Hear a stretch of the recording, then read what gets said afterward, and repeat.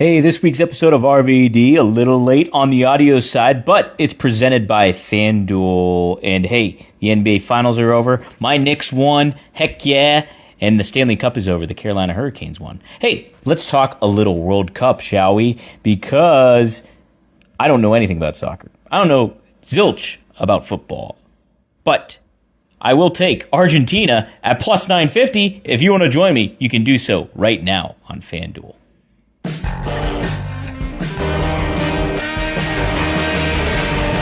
Rob Van Dam! Rob Van Dam! Rob Van Dam!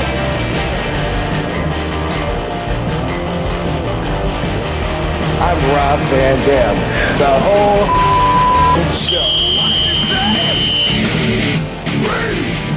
From Battle Creek, Michigan, weighing 230 pounds, Rob Van Dam. Yeah. Boom. Nailed it. Look at that setup. Dropping in out of the sky like in that match with Hayabusa and Shinzaki and my man Sabu. This match, y'all know what I'm talking about. I got visual references and shit. Earthquake! Yeah. He's there. Earthquake's there. Good. Too much energy, I guess. I don't know. All right. What a way to start things off. Look at the setup. Yeah. Looking, hey. Boom. How's it going, Dominator? Good, Rob. How you doing, man? Pretty good, dude. Love the setup. Pretty good. Hey, how'd it get darker in here? I don't know. It's like ominous. It's ominous in here. It's almost like you're telling a ghost story. Ooh, there we go. Right. That does the trick there. That looks good, Rob. Boom. Remember? Okay. Yeah, man. So it's fucking June. June 10th. Yep. We had an appearance at the Lilac. I mispronounced it last week, something I deeply regret. Punished myself and kicked myself in the balls for weeks for calling it Liliac. But it was the Lilac Comic Con in Spokane, Washington, and it was lovely. Ooh, how was Spokane? Do you like Spokane as a city? Sure, it was beautiful. Beautiful. And, we were just there a few weeks or months. I guess it was about 3 months ago. I don't know. It's pretty quick. Several weeks ago, we were there at the exact same casino. So that was pretty cool. Like, we're regulars there now. We had a VIP suite in the casino. Ooh. That was like so cool. Like, check this out. You think you've had a VIP suite before, Dominator, but I gotta tell you, by my standards set in Spokane, Washington, if you don't have a putting green and a pool table and a foosball table in your suite, then it ain't a VIP suite. You had all that. Yeah. It was one of those huge rooms where the bedroom is off of a huge entertainment room. We got more than one door leading to the hallway. Like one way down there and then from the kitchen, and then one way down here because it takes up so much space. So that was cool. Appreciate it. Appreciate all the fans in Washington. It was really cool. Victoria was there, and we were the only wrestlers. Everyone else was like a cartoon animated voice or something like that. Oh, okay. All right. When's the last time you saw the Ramones there too? Well, who was? The Ramones, like the musical. Like, I don't know who's alive and who was there. Yeah, most of them are passed, I think. I think Joey's definitely passed away, Joey Ramone. He was so I don't know them from music. I know it from the cemetery, actually, the Hollywood cemetery. There was the Ramon, but I don't know. You said Joey Ramon. Maybe it was him. I don't know. No, But, he's dead. Joey's been dead for a while. so this may be the same Ramon, but in that the Hollywood Forever Cemetery. That's I believe that's what it's called. In the one right by Paramount Studios. I used to love going there because it was just so beautiful and so much to look at, like it was like it was very, your gravesite could be a very exhibitionist location. Maybe that's not the right way to put it, but like the guy that invented the railroad. Anyway, somebody in the family, his family had a mausoleum on an island.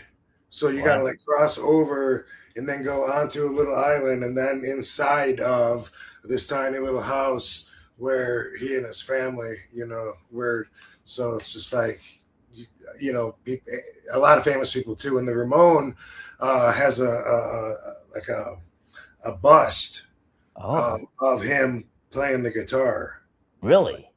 Yeah, like a bust, like a statue, but like a mini bust, except for an actual real big ass bust. And that's what I know him from, because that's one of the well-known things there at the cemetery is that fans leave guitar picks at his site when they come and visit. But I don't know which Ramon is which, but if you looked it up, which you probably did by now, whoever was at the Lilac convention, that dude, he looked like he was well road worn. So definitely a legend. Well, so all the original Ramones, the original 4 members, are all dead. Shit.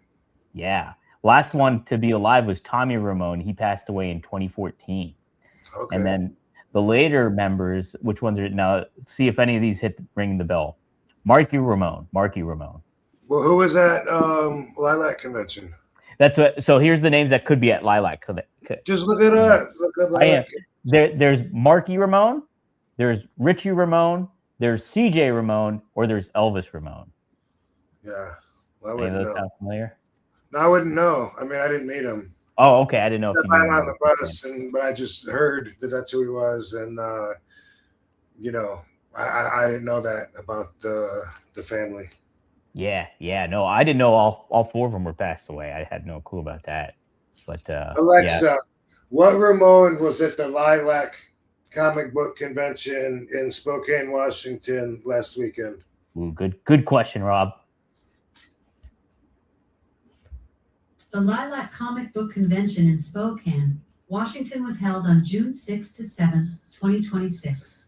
It featured special guests like Tara Sands, Rob Van Dam, Lenore Zan, and Keith Coogan, but I don't have info on remote appearances. Oh, maybe. Would you like me to find out more about the guests and their appearances? Maybe I found the whole thing. It's Richie Ramone. Richie Ramone was there. Totally normal. It is. Second guess. Richie Ramone. Yep. What's on your mind? Alexa, I think it was Richie Ramone, and you owe me an apology. You had me doubting myself. I lost my self-confidence and almost couldn't leave the house because of you. Whoa, hold up. I'm not taking the blame for your confidence taking a hit. I gave you the info I had about the convention bus. And if Richie Ramone was there but not listed, that's on their website, not me. Your self-worth shouldn't hinge on what I know or don't know about comic conventions. Wow, sassy. That makes sense, Alexa. I'm glad we had this talk. Thanks for not taking any shit, Alexa. Glad we cleared that up. Sometimes a little straight talk goes a long way. You're still a bitch. Hey, I get that you're frustrated, but name calling isn't going to help us have a productive conversation. Let's take a breath and focus on what you actually need help with. Breathe in. I think we're good. I think you're a liar. She powdered. She's done. She gone. Oh boy. So, but you had fun overall. It was a good time. Good time. Yeah, and trying to think if there was any normal celebrities that we know from the cons. I'm scrolling through. I think I don't think so. Yeah, you're right. A lot of cartoon voices. I was seeing. Yeah. Yeah, several cartoon voices on here. But when's the last time you saw Victoria? I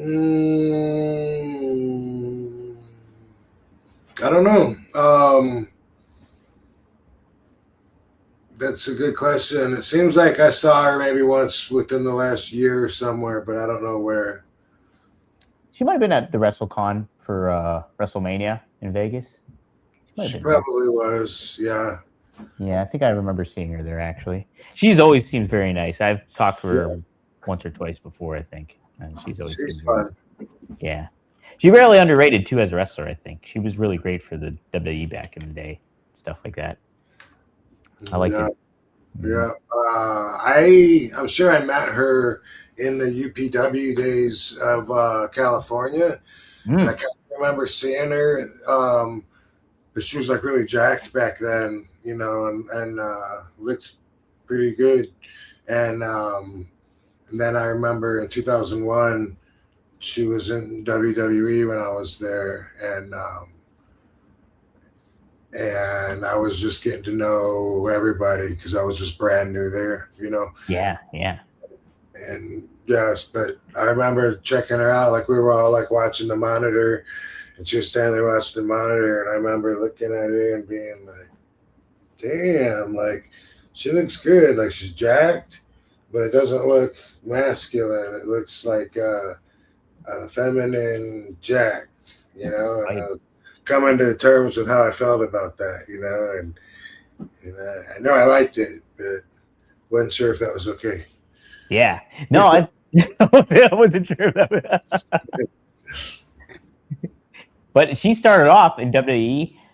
Her first gimmick there, she was a hoe of the Godfathers originally. Oh, no kidding. Yep, that's how she started off. As a hoe from the Godfathers, and then she turned into a singles wrestler. Okay. Yeah. Then she had a kind of a fun pairing too with Stevie Richards. Stevie was almost like they had the roles reversed, where he was almost like her valet and she was like the wrestler, and it was kind of a neat kind of spin on things in certain ways. But that's sweet. Yeah, I always like Victoria. Folks, if you're just tuning in, we do a weekly raffle here, and I have a weekly raffle I have to do right at the beginning of the show because I didn't do it last week. We had some special guests on, which was a lot of fun. We had Ariya Daivari, we had Darius Martin, and then we had Jordan Oasis promoting their Sin City Sin City Wrestling Academy. You guys should check out too. So if you guys are interested, I'll again attach their links in our show description again, so people are aware. Yeah, the graphic that you made for that show made some people come to the decision that I was one of the trainers at the school. Oh, really? Yeah.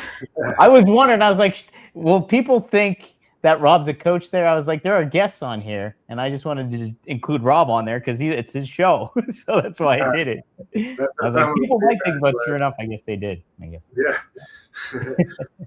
Yeah. He's not a coach, everybody. We just had him. Someone I know in town, you know, was like, a school, huh? Well, good luck. Hopefully you guys can coincide with FSW, you know, and get along or whatever. I just let them think whatever they want to think. Yeah, the more the merrier, right? Whatever. Hey. But either way, I'm going to give two of the cards away that we had for last week, which was this vintage RVD card. Looks really awesome. Really awesome. Plus, you get an RVD IOU. That means if you ever meet RVD in person, you get a photo and you get an autograph. So this will be the prize, the main prize. And then the backup prize here is a Samoa Joe. Oh, yeah, rookie card. He saved Rob Van Dam's life via hot dog choking. So you want to keep that one. Want to hold on to that one, everybody. I like to call him Samoa Joe. Samoa Joe. Yeah. So here we'll do this raffle real quick. Let me make sure I pull the screen up here, and then we'll get the cooking. Also been around since the UPW days in California. Yeah, it's so weird to think he's been at it for a long time. He seems like he kind of is the next generation of wrestlers after you, but like he got started pretty early on from what I keep hearing. Like that UPW with Rick Bassman had, I think Heidenreich came from there, Cena. Yeah. I mean, Mike Bell.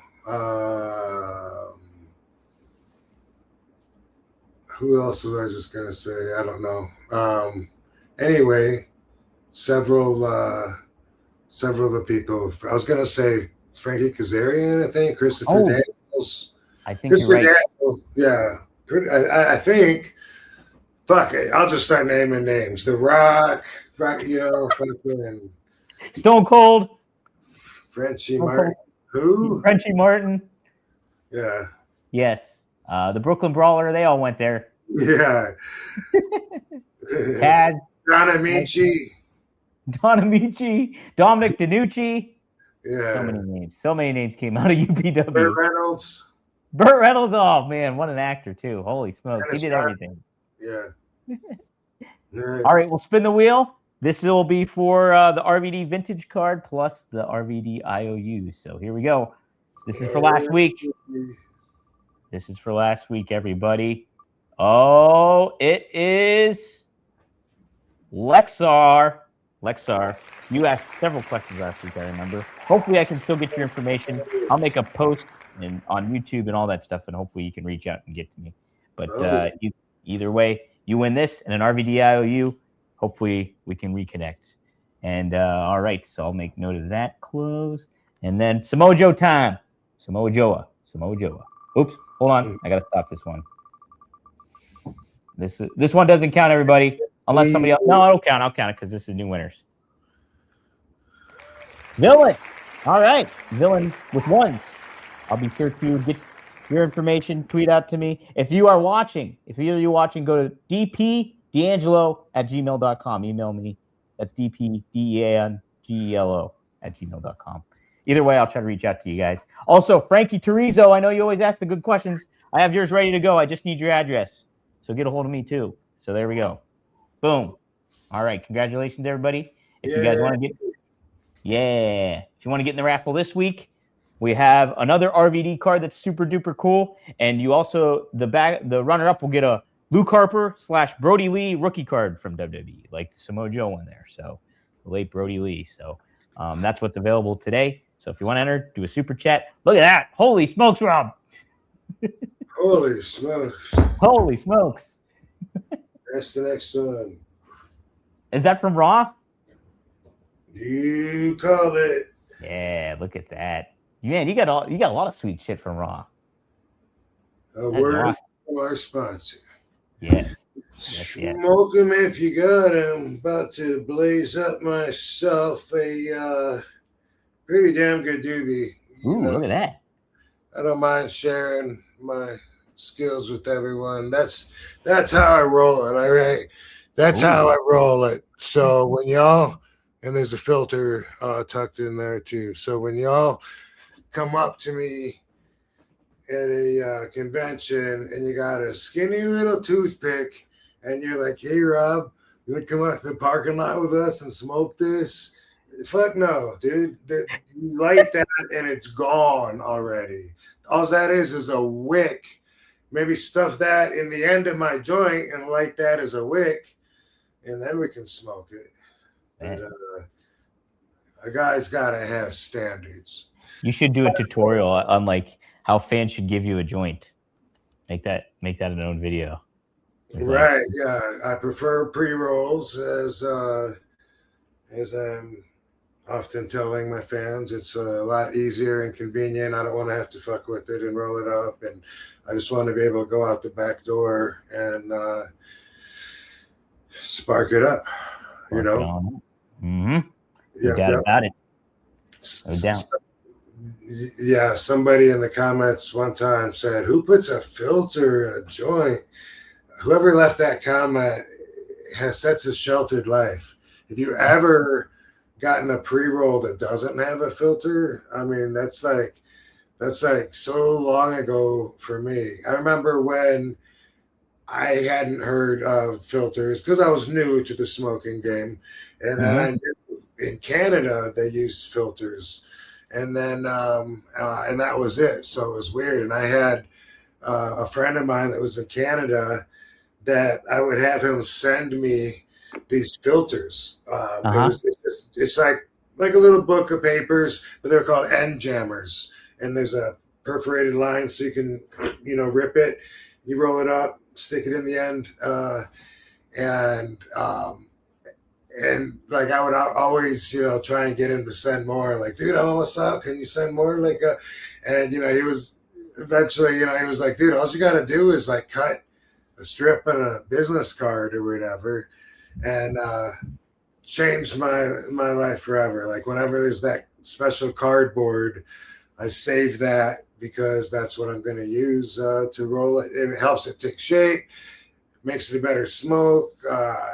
It saves the end from closing in from your wet spit-filled lips that close the end of a non-filtered doobie up so you can't get any smoke out of it. And it tells you when you're done too, and you throw the roach away. You don't waste a bunch of weed because it's the paper of the filter. So anyway, why do I have to smoke on every fucking episode? Well, I'll tell you, because I could see a hater saying, dude, like they can change the narration and say, like, he can't even wait till the show's done.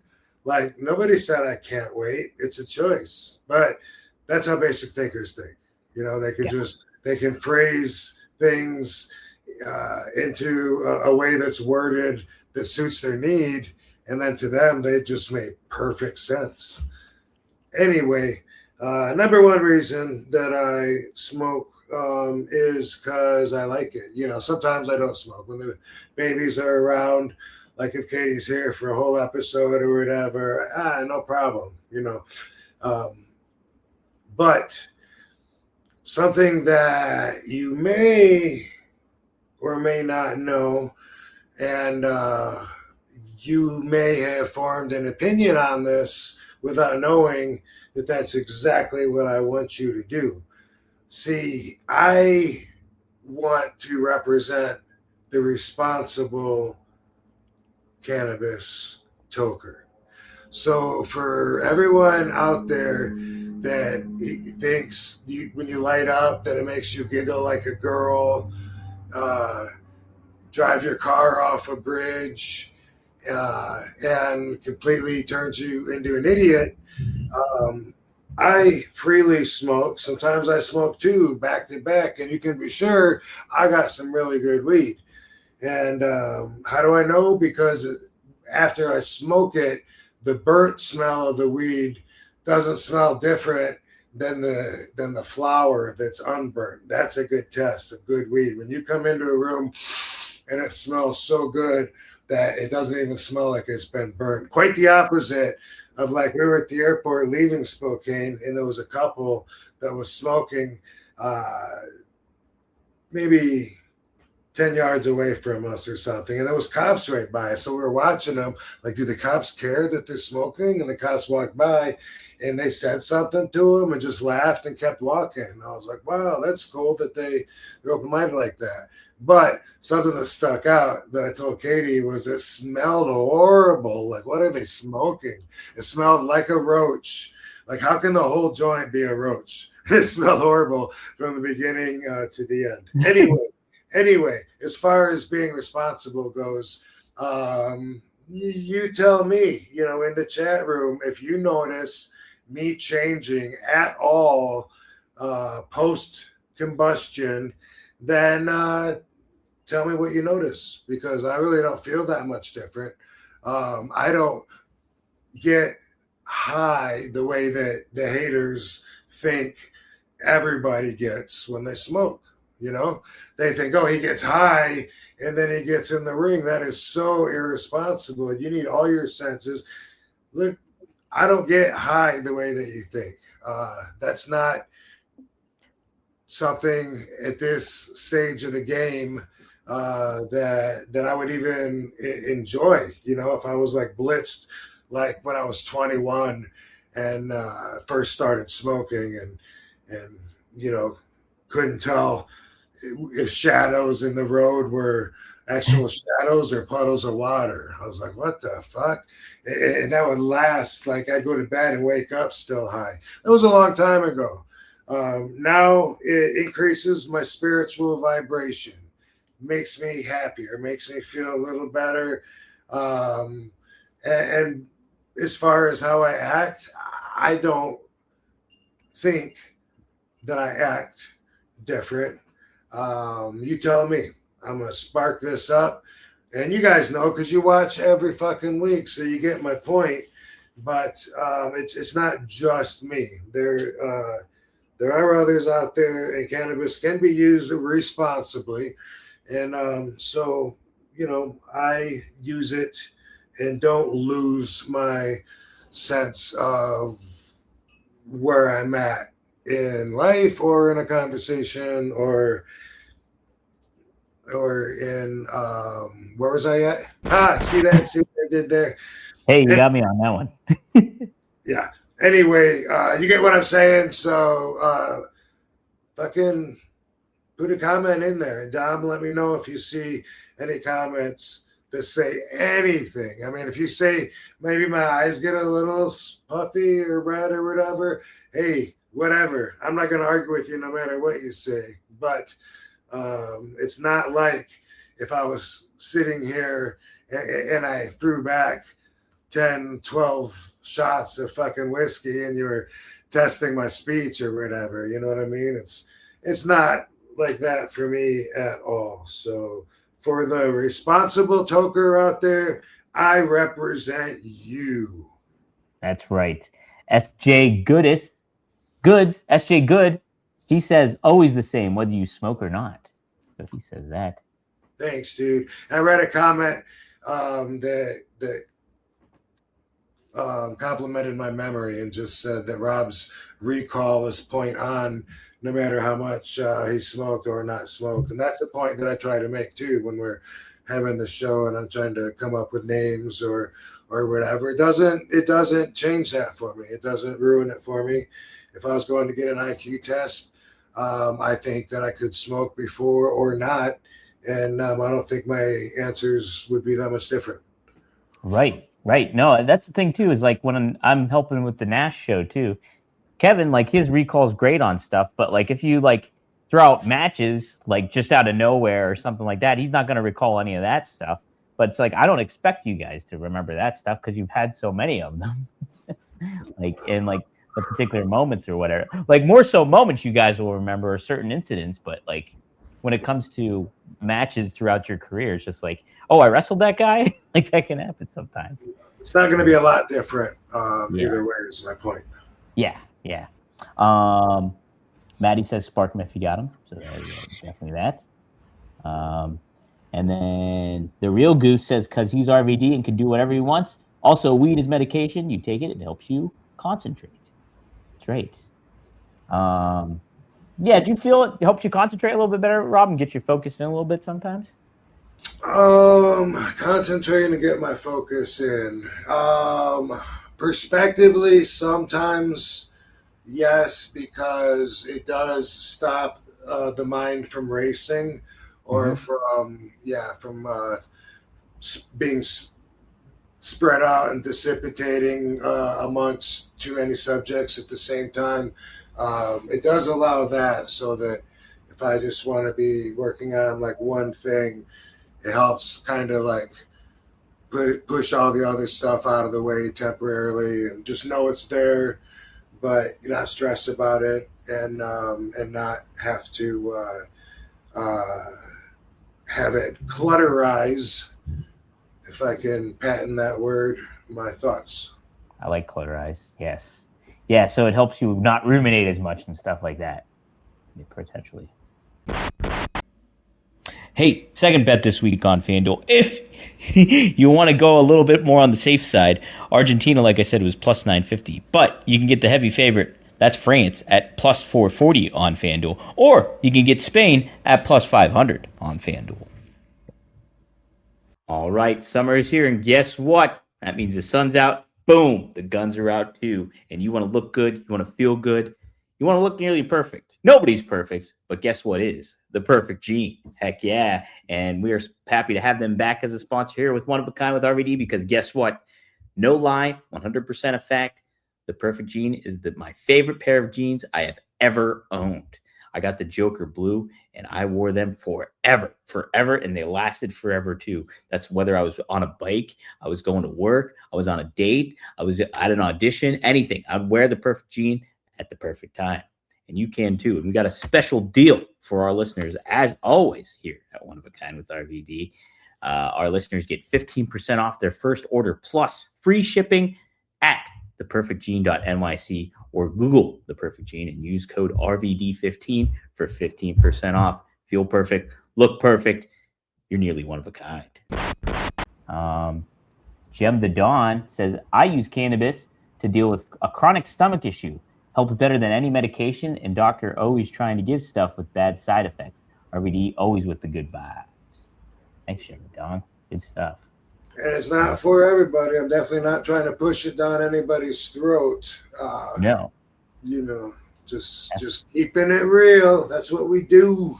That's for sure. Yeah, because if I were to smoke on here, I would definitely act differently. I probably couldn't finish the show. That'd be probably that bad. Yeah, so people will experience that, and then they just assume that's how it is for everybody because that's all they can think of is their own experience to relate it to. And then they're like, hell no, people shouldn't be out there behind a wheel. If they've got this in their system, they should wait at least 72 hours after smoking.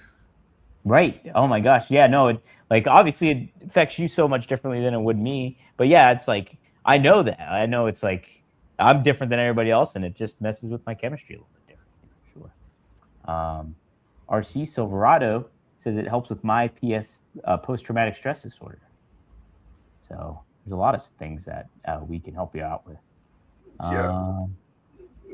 Real Goose also says makes it easier with workflow, and 100% not no. 100% not no. I wonder if he refers to you maybe not noticing you not acting differently. Here we go. Seth, thanks for the $10. Seth, guys, VBD, Venus Beach Dub Club Music. Go to him. Check out. He wrote the RVD theme song on here. The one. What up, Seth? What up, Seth? He says herb makes me watch my mouth. I'm too cavalier when I'm sober, and I talk wild. Interesting. I like that too. Yeah. Really interesting. Definitely has a lot of benefits, and it's crazy how long I have been following the fight to legalize it, especially when for me, like one of the surreal moments that it was painful to know that this is the way our system works. It was when my evil ex was getting the chemotherapy treatments because she had the stage 3 colon cancer. And so we were at the City of Hope, one of the biggest cancer treatment centers. And then while we were there, I was at a dietary meeting where there was someone that was a specialist that came in to talk to patients, answer questions, whatever. And an old lady raised her hand and asked a question, and she said, is there anything that you could recommend that could help me eat and maybe stimulate my appetite? She says, I'm wasting away. I just get sick and I don't feel like eating anything.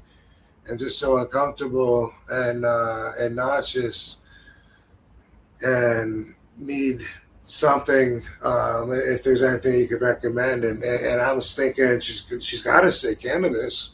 We're in fucking California. It's been legal medically here since 1996, way ahead of the rest of the country. And there's dispensaries right down the fucking street. Like, what else could she possibly recommend? But cannabis is not something that the big pharma would ever recommend. It's something big pharma's been fighting to keep illegal for fucking, like 90 years.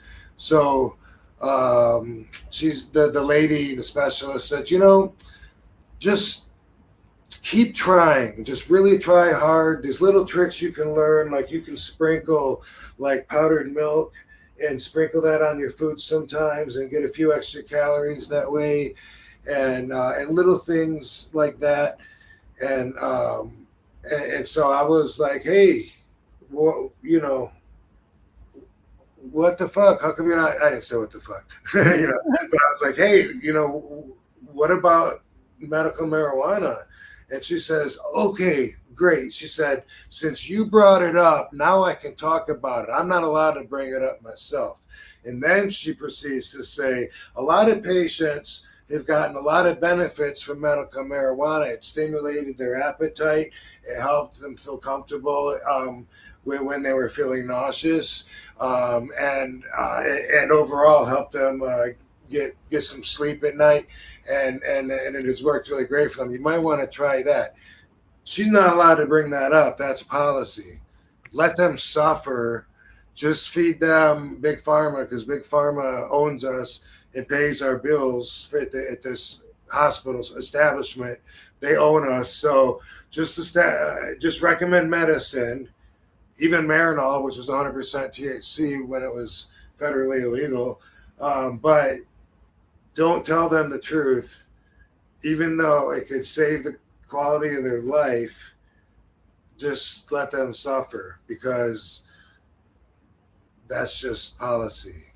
I had a hard time getting over that. And as an advocate, I felt more pressure than ever to really put energy into doing what I could to spread the word and try to make changes.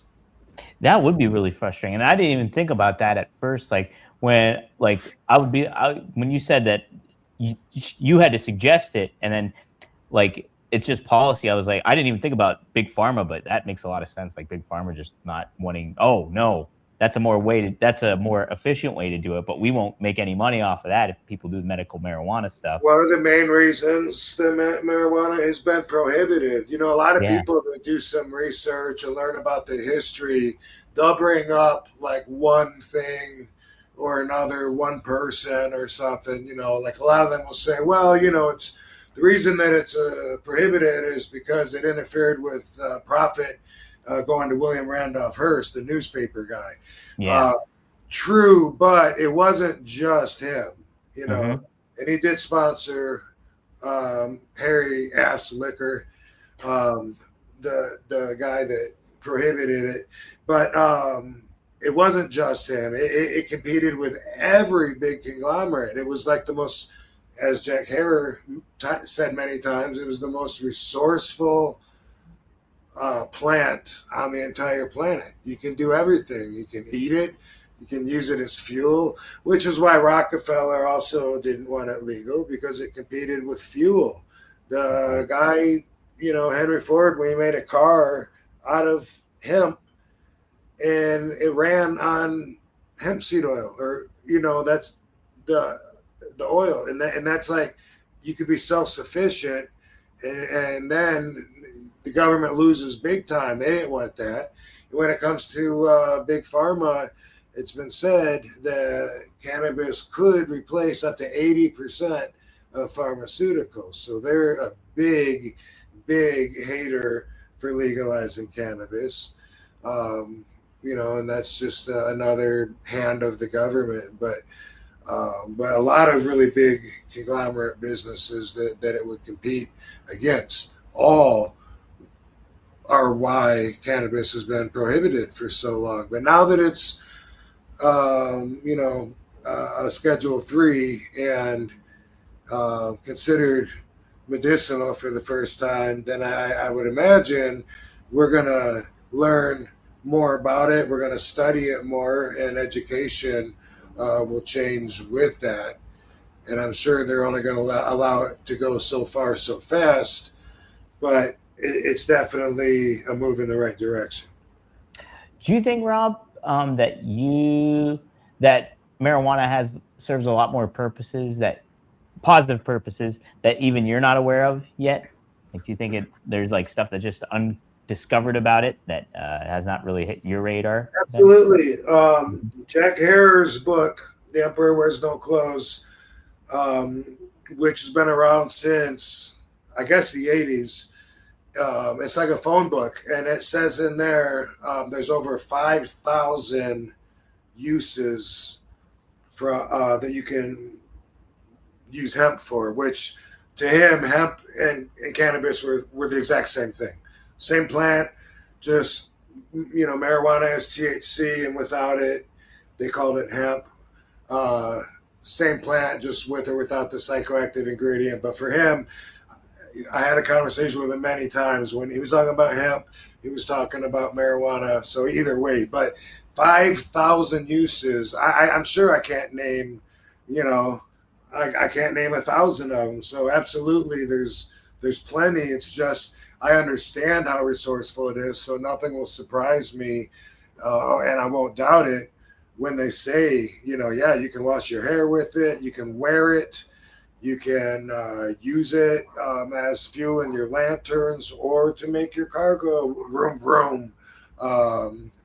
You can brush your teeth with it. You can use it as lumber inside your wall. You can use it as the paint, the lacquer, insulation, anything. So nothing will surprise me. Oh man, how about that? Yeah, no, I think I'll be really fascinated to know like how big of a benefit. Like, what if it's like been covered up that like it can cure a lot of like stuff that's been around. Like, I'm not saying like certain aspects that like certain diseases or certain ailments that people go through. What if it has a benefit like that and it's just been covered up for so long and everything? Yeah, well, now they've separated. There's like over 100 different cannabinoids, which are different elements of the plant. For instance, THC is a cannabinoid, CBD is a cannabinoid, CBG. There's so many. And so when they really start studying and doing combinations and matching this with this, they're going to find that they could probably get just about any results that they want. It's already been a long time, like I'd say 10 years or more, when I was in California one time when I was getting a legal doctor's recommendation, because that was the process back then. Before I went recreational, you get a doctor's note that checks you out. And a lot of people think that it's a scam because it's so easy to get the doctor's approval. But really, I just looked at it like that's how vast how wide the spectrum is of benefits that you can get from cannabis. Everything from I got migraine headaches, to I got, stomach problems, whatever, anxiety. Your endocannabinoid system, which is what cannabis works off of, is already inside of you and regulates just about everything inside your body, not just your mood and your sleep and your hunger, but even like bone density and shit like that. People don't know that. That was the first time I used CBD.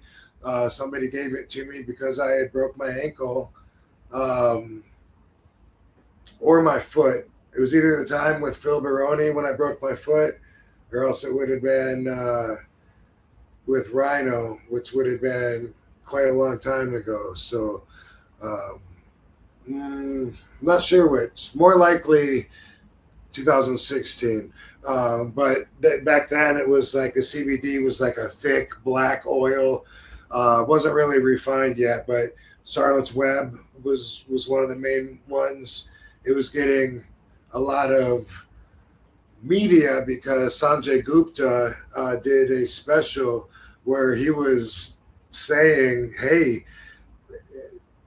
there's actual benefits from this CBD. And they had this girl, I think they named Charlotte's Web after her, but they had this little girl that would have these seizures, and then they'd give her the CBD and she would stop having seizures. And she wasn't getting high because CBD doesn't have that effect. But there was still all kinds of haters saying, I can't believe we're allowing cannabis to be given to this minor, and it's helping her, and there's no reason not to. It's just a natural medicine from that point, you know. Right. But that was the first time that I took it. Someone gave me Charlotte's Web. Medic Mike was one of them. They got these Charlotte's Web to send me some CBD oil in hopes that my foot or ankle would heal better or quicker, because there was a test that they had done with mice where they broke their little femurs and then gave them CBD oil, gave a control group nothing, and compared them, and the ones with the CBD had not only healed faster but had thicker, stronger bones, allegedly, reportedly, than original. And that's some shit that people don't even know about. But there's two endocannabinoid systems. One's in your head, one's in your body. And when you take cannabis of any form, the receptors in that endocannabinoid system go to work, and they catch the cannabinoids that you're putting in your body, and then your body reacts in a way that it does naturally anyway, from its own system. Oh wow, jeez. Yeah. See, that's wild thinking, and that's like CBD, but there's so many different uses for it all, and that's pretty nifty. And hey, let's not forget too, you got Damn Good CBD that's going on right now. You can go to damngoodcbd.com and check out some pre-orders that you can get, and you get some special content and stuff with that. You can do bundles, and Rob's got plenty of good options on there that you can check it out too. So I'm getting product tomorrow, so we can show it next time. Hell yeah! The episode, yeah. Right. So yeah, check it out. Go to Damn Good CBD. That's Rob Van Dam. GoodCBD.com. So check it out and get your pre-orders in. Let's see. And then we're rolling. And then as far as the other stuff goes, RVD 420, that website will have all the information on where you can pick up that product. Where you live, what towns, and then even like what stores have it, and it's going to be it's a locating software or some shit, but that'll be cool if it's not already up.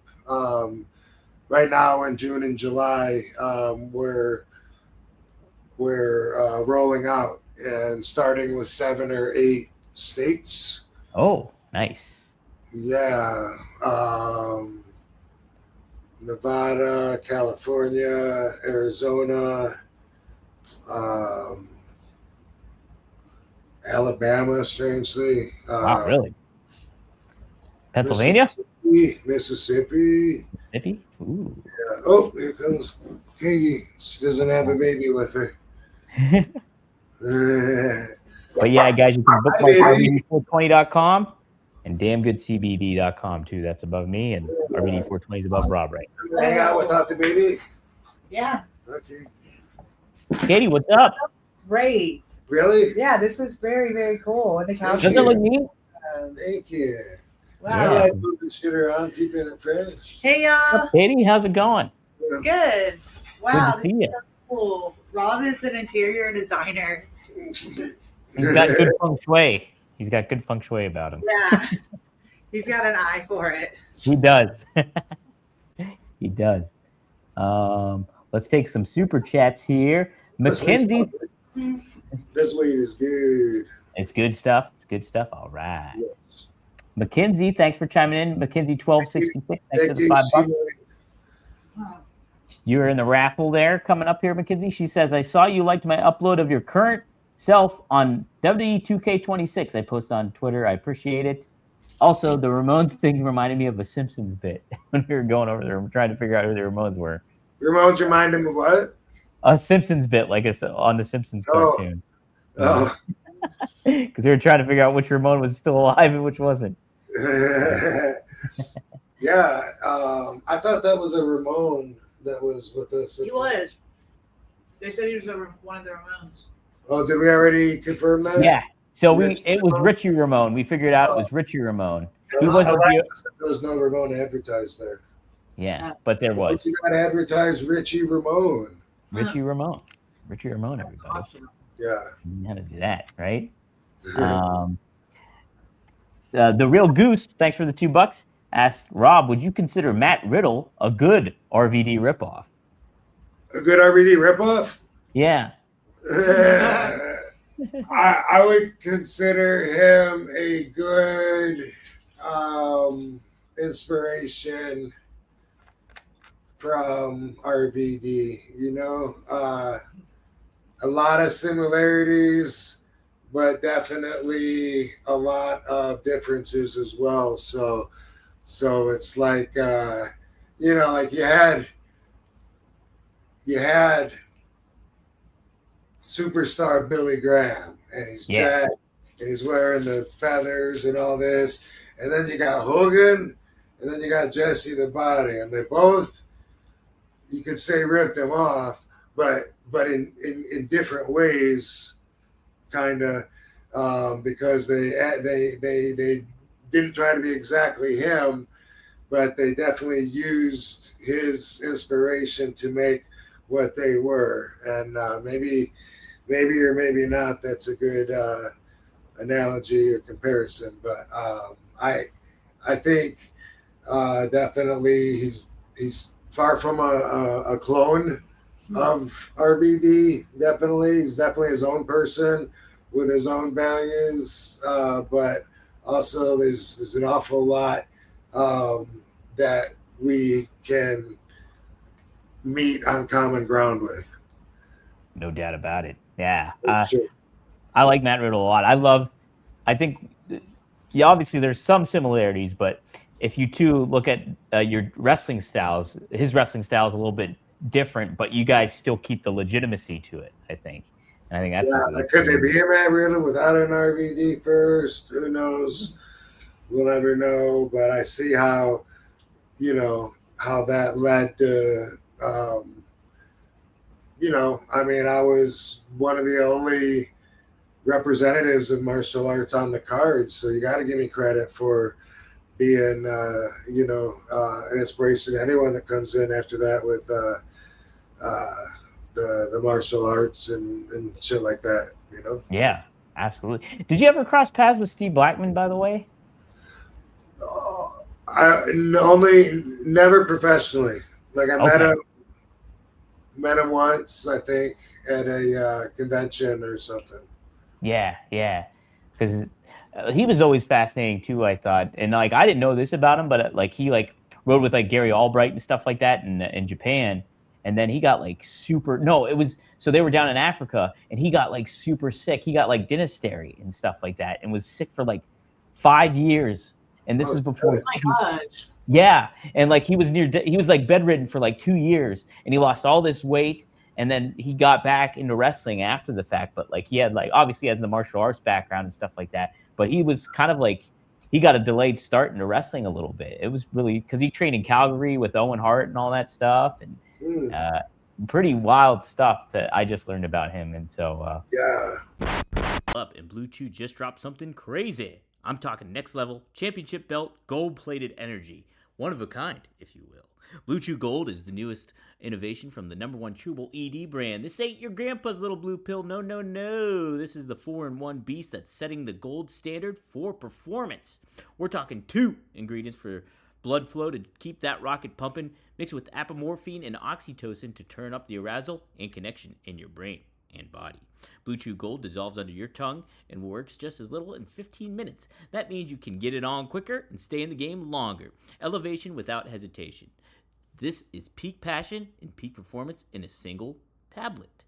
And we at RVD got a special deal for our listeners. Get 10% off your first month of Blue Chew Gold with code RVD. That's promo code RVD. Visit BlueChew.com for more details and important safety information. And hey, we thank Blue Chew for sponsoring the podcast. I've always liked him because you can just tell how legit he is, you know. Yeah. And then you know, he was kind of like an action movie star come to the screen or to the ring. Okay. Like when Steven Seagal and Jean-Claude Van Damme and even Chuck Norris was kind of in that, but then there was other guys like Mark DeCascos and Jeff Speakman.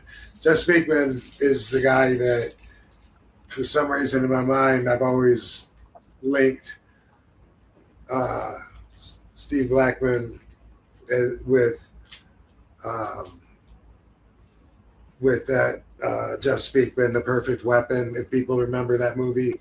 Oh no, I should check. Another legit guy. He was going to be the next action star because that's what was cool back then. Was a big competition. Arnold was part of it too, but a lot of them were fighters. Tony Jaa. Oh yeah, Tony Jaa. Yeah, I know him. All those guys were like going up against each other, like within the same like few years of action movie wars. And that shit was really cool. And I always thought that Steve Blackman came right out of the fucking The Perfect Weapon. Oh wow, yeah, I'm looking at. Maybe he called himself The Perfect Weapon. Maybe he was the Lethal Weapon. Lethal Weapon.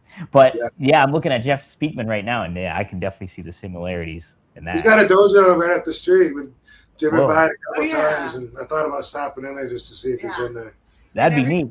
Compares Rob to Matt Riddle, but when it comes to like Rob's personality and vibe, the person I think that he has the most similar personality with is a PJ Black, Justin Gabriel. Oh, okay.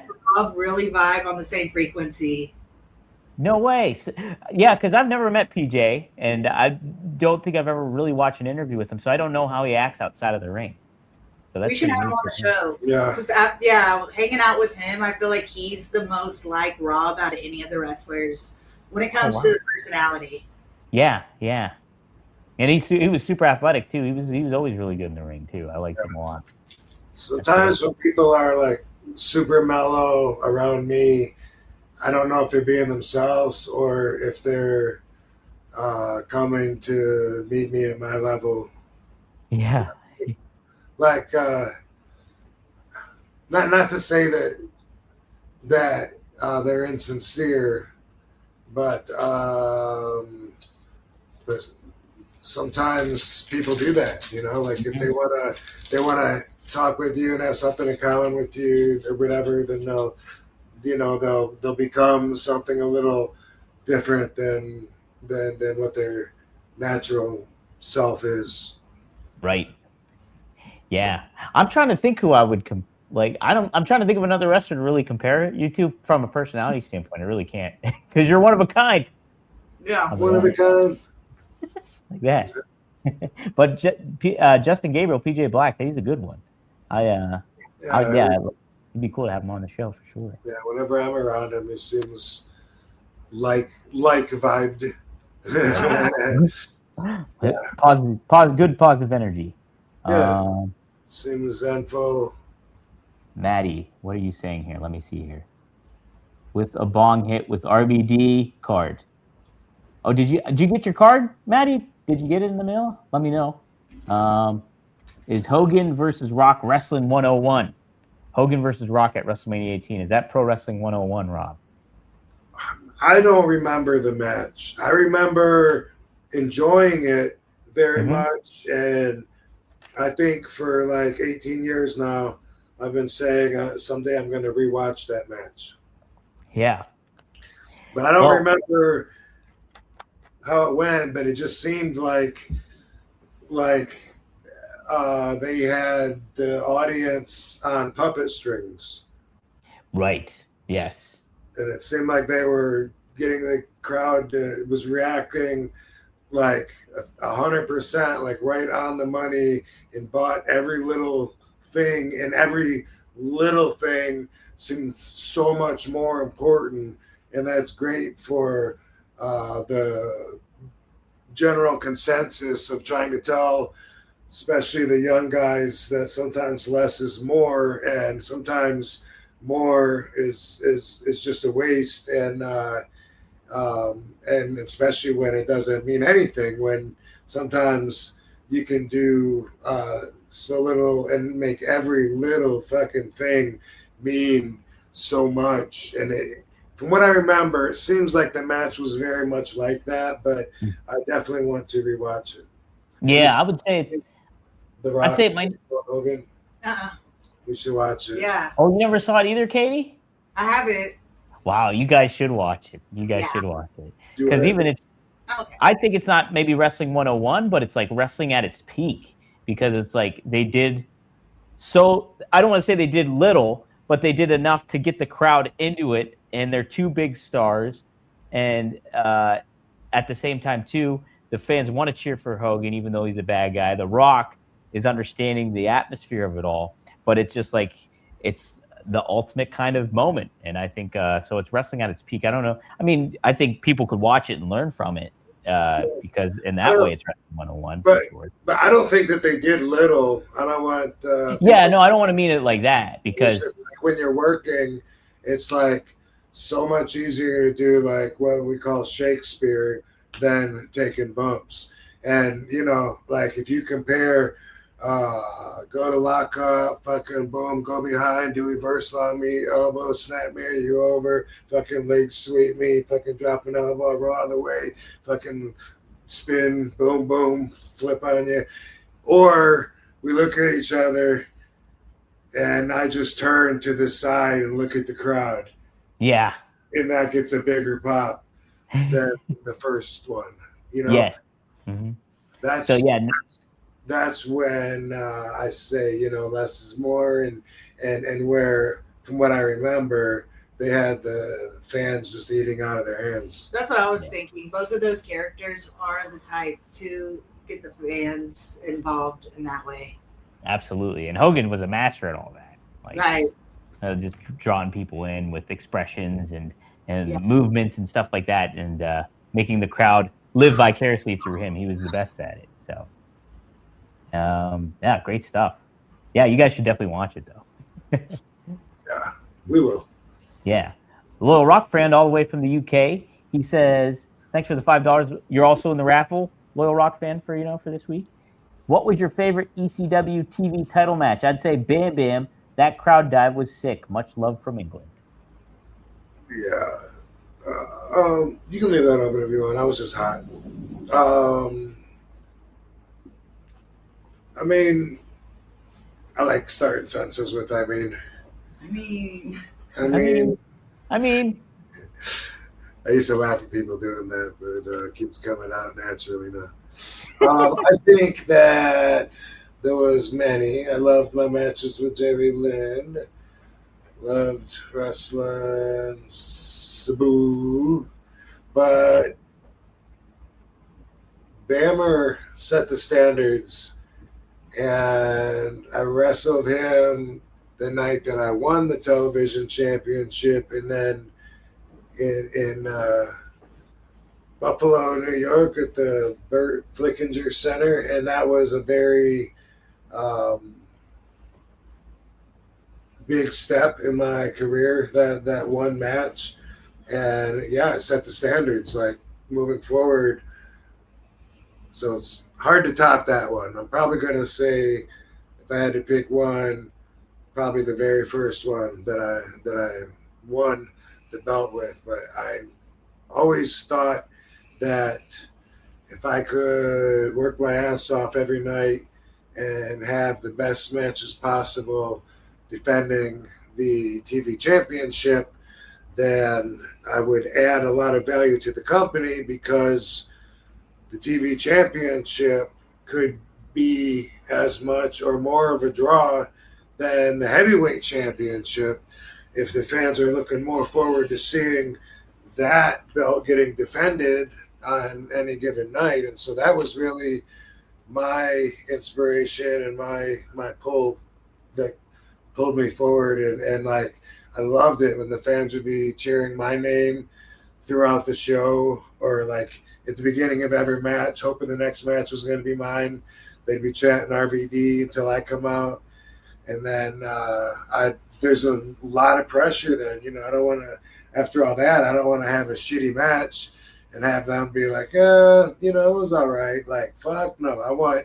I'm saying, hey, I'm literally selling the towns by doing promos saying, buy a ticket to come out and see me. You know you're going to get your money's worth. Mr. PPV. You know, and then I really wanted to back that shit up. So I wanted them to, it meant a lot that they would be like, dude, man, I had the best time ever. That was great. Because sometimes I just didn't, I wanted to take that load on my own back and not leave it up to the rest of the show, which, you know, that's a big. I'm going to take that load on your back. Yeah, I wanted to get a load in my face and on my back. I didn't want to say anything. that one slide, baby.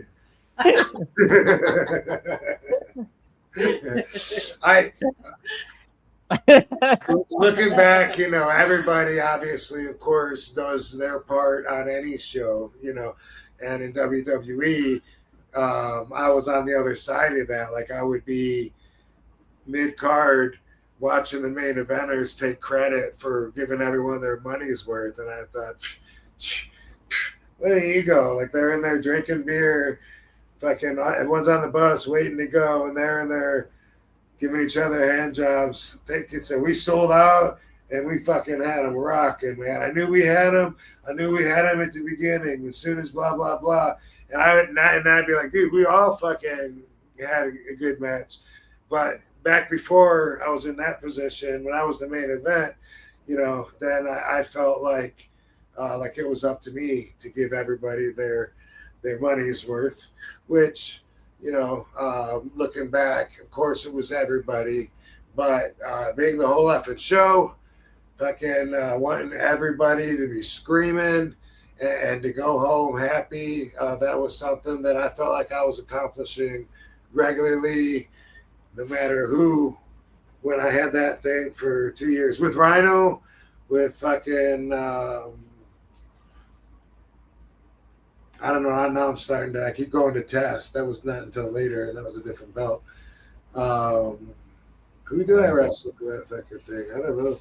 Well, you I did, know like Crawford or Furnace, Vito. You know, fucking Vito brand. Yeah, one man gang. Fucking Bam Bam, Little Guido, Spike Dudley, Bubba Dudley, Devon Dudley. I enjoyed all the matches, and definitely I'm going to say Bam Bam's my favorite and the one that I really think about when I think about the television championship. Automatically link that to Bam Bam Bigelow. Heck yeah. Yeah. What when you would go out for matches and stuff like that, how often would you balance between like, oh, I got this is going to be great, I'm RVD and I can do all this shit and I've done it week in, week out, you know, and all that stuff, versus like kind of getting in your own head about it, being like, am I going to be able to perform, or nerves and everything like that? Or is that kind of like a little bit of both going through? I think the longer I wrestled, like the more I became like, okay, I'll just throw it together out there. You know what I mean? Like I had I always had a lot of pressure to perform, but definitely in like later years, if in my mind, if I started thinking, you know, like shit, you know, what if, man, I got to be there on time, or what if that's a high risk move, you know, what if I can't jump all the way to the top, or whatever. If I started even thinking about that, then I always just think, you know, like I always get it, so fuck it, I'll get it. And then if I'm wrestling someone that's nervous or whatever, because I didn't want to get with them until like 5 minutes before the match because I was avoiding them, then I always feel like, you know what? Like I never have a bad match. What are the odds that this match is going to be bad? You know, it's going to be a bad match. Do you want me to put this out, babies? Oh, no, I'm just going to go check on the kids. Okay. No, that makes a lot of sense. I don't know what Maddie's referring to here, but he What's he says, referring to? let's see. For the Australian $2, he says, thoughts on Rico. Looks gangsta. He means just thoughts in general on Rico. Okay, so we talked about Rico before on here. He had some great kicks. What about Kiss? Oh, Rico, the wrestler Rico. He had some great kicks. Oh, I thought you were talking about. Look how tiny I look compared to you. I know, right? So far away. I should try to back up. Oh no, that doesn't help. I gotta go this way. There we go. There we go. I thought you were talking about the racketeer influence corrupt organization. Yeah, nope. Rico the wrestler. Whoa.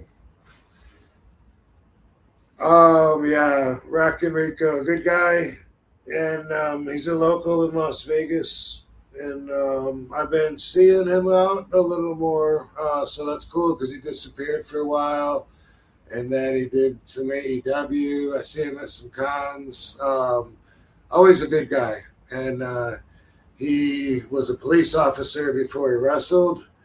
I think maybe he may or may not have gone back to it at one point, but stays around the security industry and employment, and that's kind of like one of his specialties. So I ask him for advice sometimes, when I have something that I think he could help me with. There's been a few times where I call him and say, dude, got this stalker or boom, boom, boom, whatever. What should I do? He's someone that's knowledgeable and good guy to know for a lot of reasons, and that's one of them. Yeah. Rico seems like a good dude. I know I mentioned this before, too. He was on American Gladiators back in the day, too, as a contestant. That's right, as a contestant. Mm-hmm. I want to say Ernest the Cat Miller was on there, too, but I could be wrong on that one. I could be wrong. Well, go ahead and say it. Fuck it. Fuck it. I'm saying it. He was on American Gladiators. Ernest the Cat Miller was everybody. Let's see. Oh, Maddie, member for 11 months. Thank you, Maddie, so much. Who would RVD pass the torch to if he had a Rock versus Hogan, icon versus icon? RVD has definitely influenced the business. RVD gets huge pops. WWE needs RVD. Yeah, who would you want to pass the torch to, Rob? Who do you think you'd carry on to kind of, not your legacy, but be the next kind of big hot trend going, I guess?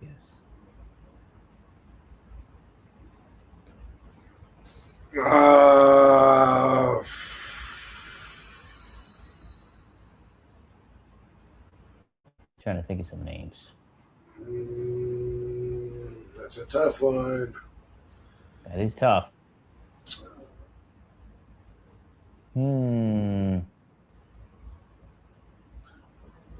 Sol Ruka. She's great. Yeah. She's really good. I like her a lot. I like how she dresses and stuff too. And she's got like that classic beauty kind of look to her, like from like the 80s and stuff like that. I like her a lot. A lot going for her. She really does. She really does. That's a good one, Rob. To follow up on what you asked earlier, Rob, Juan Viles, sorry if I butchered your name, can't tell when you're high, always laid back. So can't tell when you're high, Rob. Yeah, you can't tell when you're stoned if you just stay stoned. That's it, right? Like that. All the time. It's a T-shirt or something. Yeah, can't stop. I like it. Let me make sure. Oh, here we go. Anthony Cruz, thank you for the $5. You are in the raffle. If you guys all want to join the raffle, all you have to do, go to rvdtv.com. $5 or more will get you in the raffle. 10 will get you 2. 20 will get you 4. So there we go. Anthony, you're in it for 1. RVD, do you collect anything, or have you ever collected anything before? I know. Yeah, I've actually been a collector my whole life. Now it's mostly just RVD, I guess. Mm-hmm. What else do I collect? I'm going to collect Sabu. as well, like action figures and stuff, and Katie stuff if there's any merchandise. But that's family. So, well, I fucking as long as I can remember, like there was these there used to be these dumb little statues that were like they were almost like a cartoon, and they had like a little expression on the bottom of it. I mean, it could just be like world's greatest mother or whatever, but also could be like I don't know. One of them was a couple kissing little kids, and it said, one of us is going to have to say it. Anyway, there's velvet on the bottoms of them, and it's almost like a paperweight. And I remember, like, I used to collect those and get them when my mom would go to garage sales. And I would look for those. And then eventually comic books. And I collected comic books for a long time. I don't know when I stopped, actually. Like, I don't think I was still getting when I got divorced. I definitely stopped. I got rid of my comics and shit, and didn't bring them forward. But I don't think I was still collecting at that time. But sometime in my adulthood, I was. Also, when I was a kid, I collected Greek mythology books. Nice. So, yeah. You stole Greek mythology. Well, books. but I had a good collection, but I stole. I collected them. The Penfield High School library. Me and Dango both, we would go in there every day with a folder, and we would walk out with another book. And we wiped out the entire selection on Greek mythology and had 2 rows to fill up on a bookcase now. Or not now. I did. I don't know how many he had, but I know that because I returned them recently, like within the last few years. And when Katie and I went to my school a couple of years ago, they showed the collection that I sent back. I thought they would reinsert that into their library. Yeah. And instead, they made an exhibition out of it. And it's these are the books that RVD stole. And it's That's great. Yeah. And there's a bookcase sitting there, 2 full shelves full of Greek mythology books. That's awesome. Oh, because they just turned it into a display. Yeah. Something else, Mafia books. I have now quite a big selection of Mafia books. And for the last at least, I don't know, 4 years or so, maybe more, at least, I've been just reading on Kindle. But before that, I would buy the hardcover book, the hard copy. And so I have a couple of rows full of mob books, on bookshelves right now. So I've always kind of had a collector's mentality. Yeah. I would probably do something else too if I thought about it long enough. Those are good ones to definitely have. I dabbled in comic books for a while, but I haven't collected them in probably a few years now. But yeah, no, those are great ones. And yeah, I like you got a great RVD figure collection. And yeah, it's neat that you're growing the Sabu stuff too. I think that's awesome. I used to collect Star Wars action figures way back in the day. Yeah. Is it still collected? You buy them all because you want to play with them? I don't know. Yeah. Some people do that. I did. Yeah, some people do that. Did you see imagination and make up scenarios with your toys? Yeah. It's cute.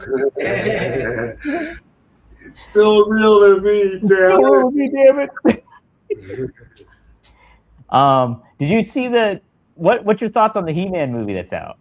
I haven't seen. Is it out? It's out. Yeah, Masters of the Universe. No, I haven't seen any trailers. Yeah, I'm hearing the fans like it and the critics have trashed it. So the people that go and see it, they like it, but the movie critics that kind of gave it a bad rap a little bit. Interesting. Interesting. Well, fuck the critics. Yep, that's it. We made this movie for the fans. The fans, that's right. For the Fans kids, indeed. man. Ash Vega, you were in the raffle for one. Thank you for the question. A dream match for me is a 99 RVD and a 99 HBK. How do you think that match would have went? You in 1999 versus an HBK in 1999. It'd be a 9.9. 9.9. I like that. 99. Yep. I like that. Yeah, it'd be obviously a great match. 99% out of 100. Out of 100. What that means, kids, you know. There we go. Maddie says, pot smokers get all the heat. F the basic thinker. I'll put it down. Thank you, Maddie. Just smoking like the Human Torch. That's it. Katie, we got a question. Seth has a question for you. I read the question and I don't have an answer because Really? I haven't been able to watch anything. Oh, okay. Yeah. Anything that's going on in wrestling. My whole world is just taking care of kids. That's very rewarding, though. It is rewarding, yeah. Kendall Gray, I haven't checked her out. Seth mentions Kendall Gray has really impressed me on NXT, undefeated amateur too. That's interesting. I'll have to keep my tabs. Kind of sounds like an adult film actress name. Kendall Gray. Yeah. Yeah. I don't even know. I was keeping up really before having the babies, but now having the babies, I don't even have time to watch TV. I don't even have time to scroll Instagram.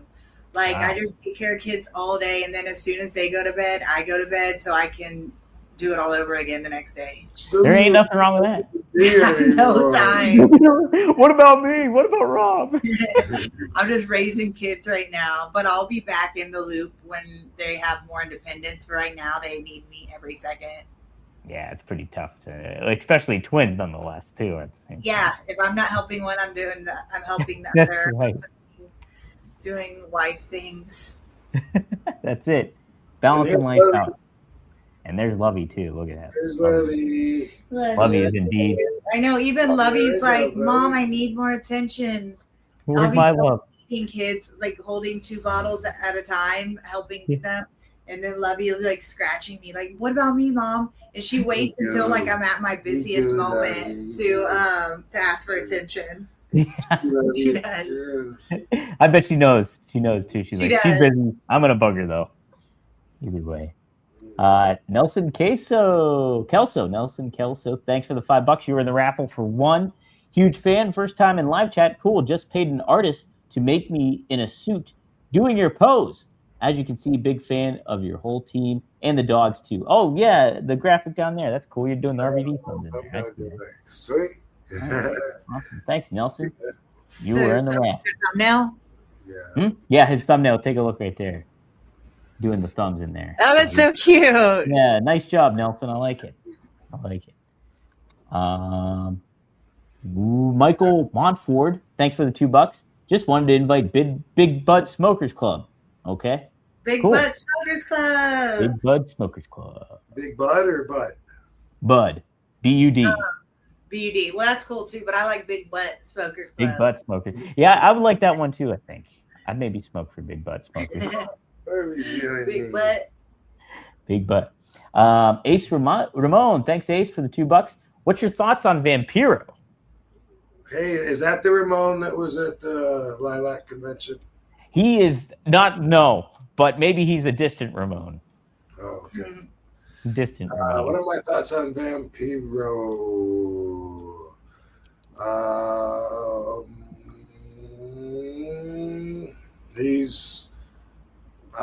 He's a brother. He's been around a long time. So he's one of those guys.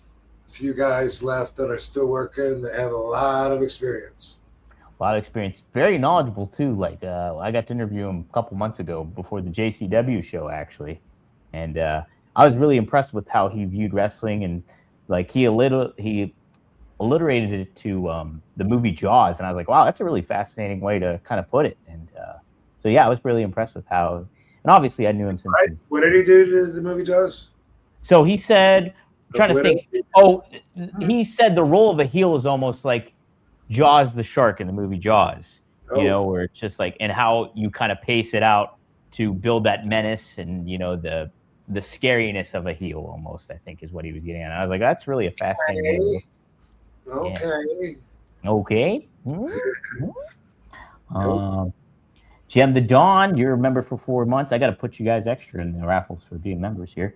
Shout out to Katie and Rob. Can't wait to try. Gem the Dawn. Hey. Yeah. Can't wait to try some RVD 420 buds. Have you ever done meditation? It has helped me a lot lately. RVD fam forever. So yeah, you've done meditation, right, Rob? Sure. Yeah. Definitely. That was a big part of my training when I was kickboxing and training under one specific guy that would have training as meditating is a huge part of what we were doing, and I kept it afterwards as, you know, one of my repertoire, something that was just like my stretch, and it was something that I would do sometimes, even like when I was in WWE. Sometimes I'd go out by myself and stretch and stuff, and sometimes I would meditate, like if I was having a stressful day or something. But the way, and also like it sharpens up the reflexes like so quick, because it builds, at least for me, because it builds a connection between your brain and your body from different angles, from inside. And Cool. I like that. yeah. Oh. When I would meditate a lot, it seemed like there'd be plenty of occurrences where like you're gonna knock something off the counter, but boom, but just catch it, like shit like that. You need to do it more all the often time, then. yeah. Sometimes that makes the mess worse if you go to grab it. You know what I mean? You gotta let it go. But that guy was James Williams in Battle Creek, and when I did the Tough Man contest, which Katie's looking at my Tough Man trophy right now. Here, bring me that trophy, baby, for this story. Right Which above one? you, above you, that one. Rob, real quick, is that the Tough Man contest that Butterbean was doing too? Is No. Okay. But it might have possibly started as that, though, maybe. Okay. Because like you do, I guess I'm not really sure, but yeah, maybe. But there was Tough Man contest, and there's another one called Tough Guy contest, which was like the same thing, but one was a ripoff for the other. It might have been, because you go through like the locals, and then if you win, then you go up a bracket, and then they have like state championships, and then like championship for like the whole country. And I think maybe you're right. Maybe Butterbean went through one of the locals, and then went up and became the states. I'm really not sure, but I want to look that up now that you asked me. But anyway, here's a visual prop. 1990 Kalamazoo Tough Man contest. 1990. Yay. 1990. Dang, I was 5. I was not born yet. Right. You weren't born yet? I Wow. was born the last day of 1990. That's right. Yeah, that's right. You're born New Year's Eve. When I was fighting in the ring, giving my mom hives Wow. against these adults and big dudes and stuff. And I was just turned 19 just last month. Wow. You were in your mommy's belly. Yeah. How about that? Anyway, there was a guy that was a camera guy that filmed it. So during the show, he's handing his business cards around. You know, if you want a VHS tape of the fights, I sell them or whatever. And then I wanted a copy of the fights, so I got his card. And then he pitched to me that his brother was the referee, and he was a trainer himself. And we started talking, and then the guy became somebody that we trained with, and he was the most unorthodox. Like, all of his stuff that he did was like super weird, but a lot of it was cool. And meditating was a big part of it. And he would like, Is that Kit? no, that's James Williams. It's either Williams or Williams' son. I think Williams. James Williamson. James Williamson. Williamson. Might have been Williamson. This was after Kid. Yeah, this was after Kid. But we would do things that were pretty cool, make us pay attention to things that stand out more. And we would go like to like a park. Didn't have to be; it could be the backyard. But and he would blindfold us, or he would just have us close our eyes and sit for like a minute or something, and then he would have us turn around, open our eyesight, so that we could see everything, and just for like maybe like, I don't know, 5 seconds, 10 seconds. And then close our eyes and turn back around and then describe like everything that we could possibly describe just from that view. And you start out with everything you could see, especially if there's like neon or something moving like a car going by. Then you go to sound, and you say, I heard some birds chirping, heard some cars, heard some people talking. And he'd be like, in what direction were the people from? So, I gotta think, I think that way, similar. Yeah, that way. Yeah. That's good in case you get kidnapped. Yeah, exactly. Right. Exactly. It also really helped you with fighting too, because you use your peripherals and not, want to look and show where you're going to be attacking and give away your game too much and shit like that. But right, I mean, one time, we showed up at his door. He opened up the door, blindfolded us. Oh my God. Yeah, had us come in, walk downstairs, and we'd never been down there before. That's creepy. In the dark, and then he wanted us to describe, as if we were kidnapped, describe what just happened to us, and he was looking for us to count the steps, feel along the wall on the way back, like every detail that you could possibly give, if you were going to tell somebody. And doing a lot of that really did kind of put you on your toes, so to speak. I bet. Wow. Jeez. Did you feel that helped you a lot, like when you started wrestling too? Like, maybe, because I'm from the perspective of, I use my peripheral a lot. If someone shoots me in the corner, I'm not going to do like I see a lot of guys do and just stand there and make eye contact with them and look like, okay, I'm here, I made it, I'm ready, come on. You know what I mean? So like, I'm mostly going to be like looking at the crowd, and and then if he comes running in, if I grab the rope and just pull myself out of the way at the last second, guess what? That wasn't expected. It looked like he was going to hit me. He might have thought he was going to hit me because I didn't even fucking look at him.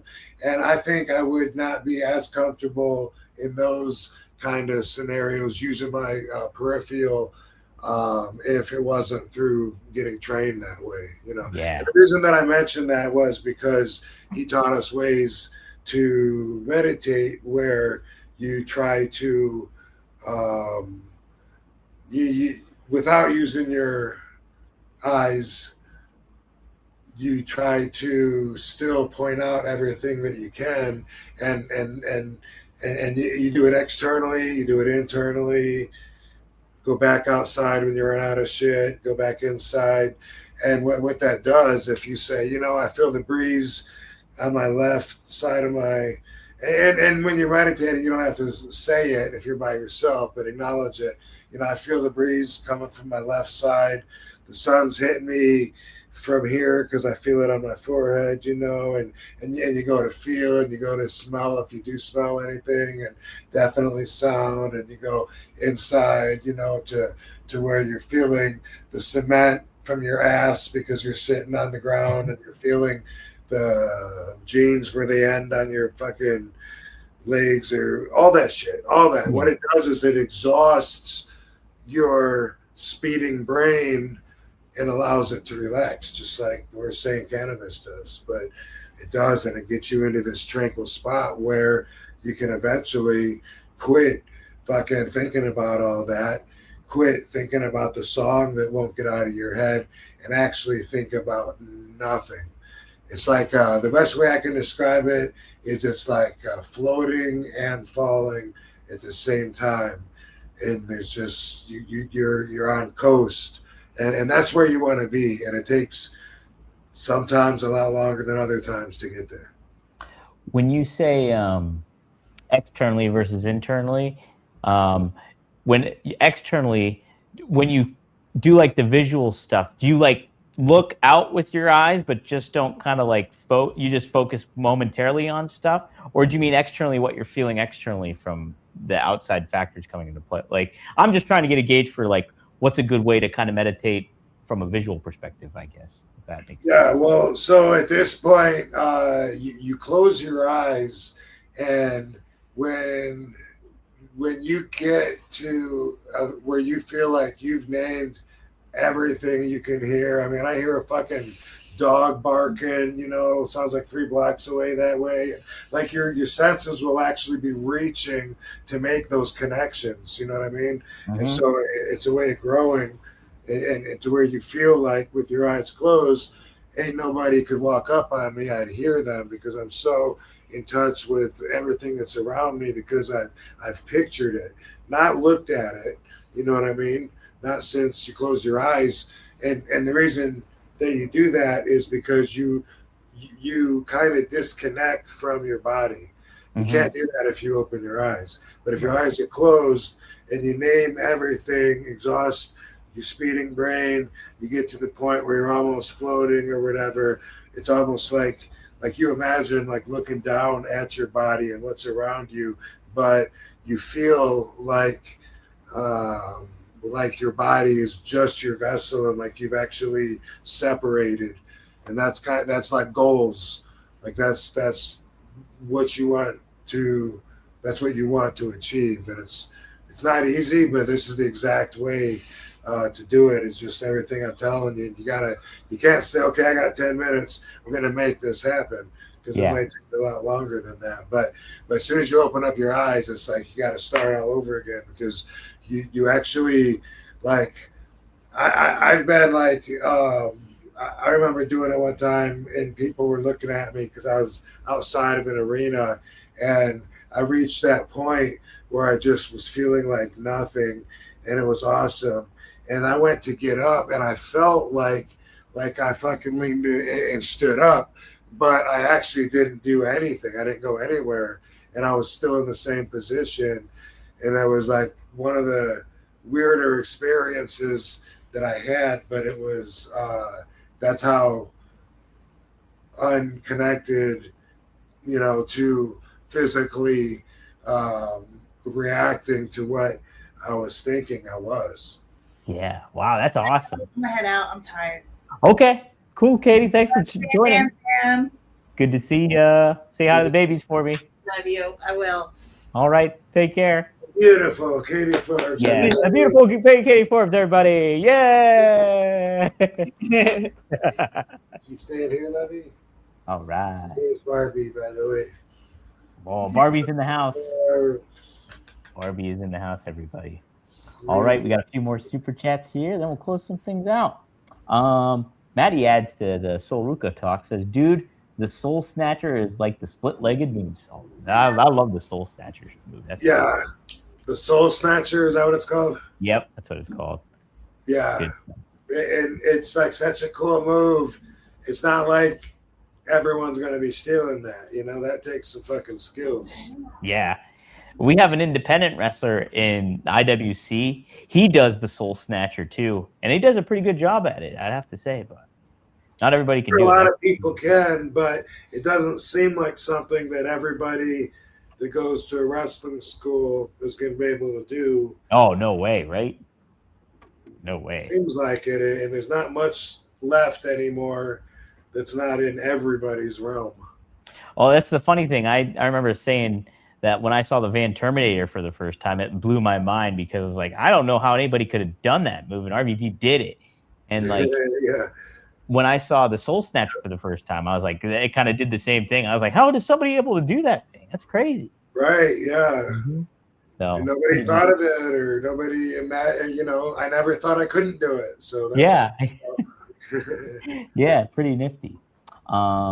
Jim the Dawn, he's got a question for you, movie related. Recommendation for a good movie to watch with a joint.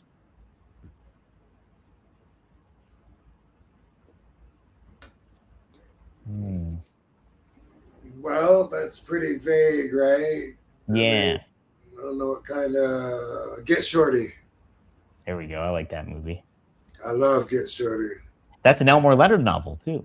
Yes, it is. Yes, I love Elmore Leonard. And then the sequel was Be Cool. Did you see that? Be Cool. No, I didn't see that. I know The Rock's in that one too. Yeah. Yeah. Get Shorty was it was really inspiring, and it was kind of like a big part of my life. I saw it first on the bus in Japan. Gary Albright actually brought it, and on the bus there was a TV with a VHS player, and a lot of times that's what we did when we're heading down the road. You know, sometimes if somebody that was over enough wanted to sleep, then it wouldn't be playing. Otherwise, we'd be like watching movies. And that's where I first saw Get Shorty. And I was a mark for LA and for Hollywood, just like the character Get Shorty is. So I could really relate to it. And he'd either just moved to LA before seeing it or shortly afterwards. Maybe it was shortly afterwards because when I was first there, seeing the town for the first time with my own eyes and visiting these places, everything reminded me of Get Shorty. And I found a couple of the real places, of course, too, like the restaurant, the Ivy, it was called, where they do a scene.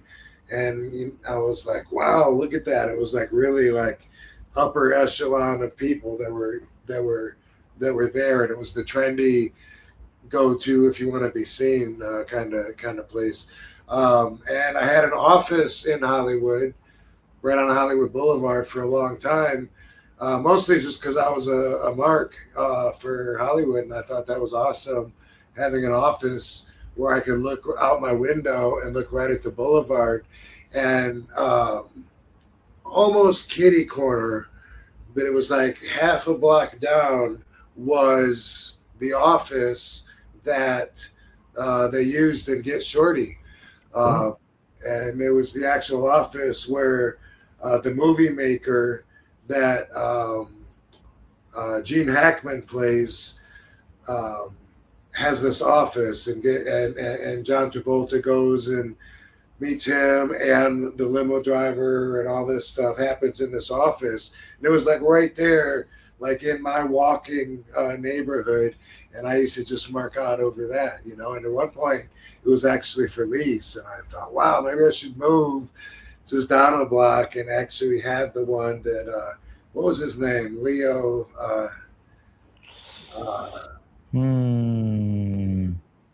Let me see. Get Short. I'm trying to think. Now, I knew it was an Elmore Leonard book. To be honest now, Rob, I never saw the movie. Oh, man. Yeah. Well, that's what was Gene Hackman's character called in Get Shorty? I'm trying to. Let's see if I can raise her. Played Harry Zim. Harry Zim. Oh, okay. There we go. That's right. Dude, what a heck of a cast in this. They got Travolta, Danny DeVito, James Gandolfini, Dennis Farina, Gene Hackman. That's crazy. I gotta watch this movie. Holy crap. Harvey Keitel, he's in it too. Dang. Fuck yeah. Dude, what a cast. All right. I've seen that movie so many times, and I could relate so much because, like, John, I don't want to spoil it, but John Travolta he's like a mob guy. Yeah. And he comes from Miami to collect some money, but he's such a mark for Hollywood that he wants to stay, you know, and he's like elbowing his way in to the movie business and finding out, you know, how to make connections and shit like that. But like James Gandolfini is a bodyguard, and there's this one scene happens at the Ivy where at the top of the stairs is the antagonist, the bad guy, and he's talking to John Travolta downstairs, and he's saying to him, you know, I think you need to pack up and get out of town, you know, and then he's got James Gandolfini as the bodyguard, and the bad guy says something about, let me, you know, introduce you to my man, whatever James Gandolfini's name is, bodyguard, movie stuntman extraordinaire. And John Travolta goes, really? And he walks up the steps, like really, really cool, all the way up to the steps. And he's talking to James Gandolfini. And he says something like, you're a stuntman, huh? And he says, what? And whatever the line is, Travolta grabs him by the nuts and fucking boom, and he throws him down the stairs. Boom, boom, boom, boom, boom. And he's down at the bottom. Oh, he's all hurt from the bumps. And Travolta just looks really cool up at the bad guy and says something about, I think you should get your ass out of town or something, whatever it is. Just like really calm and cool and shit.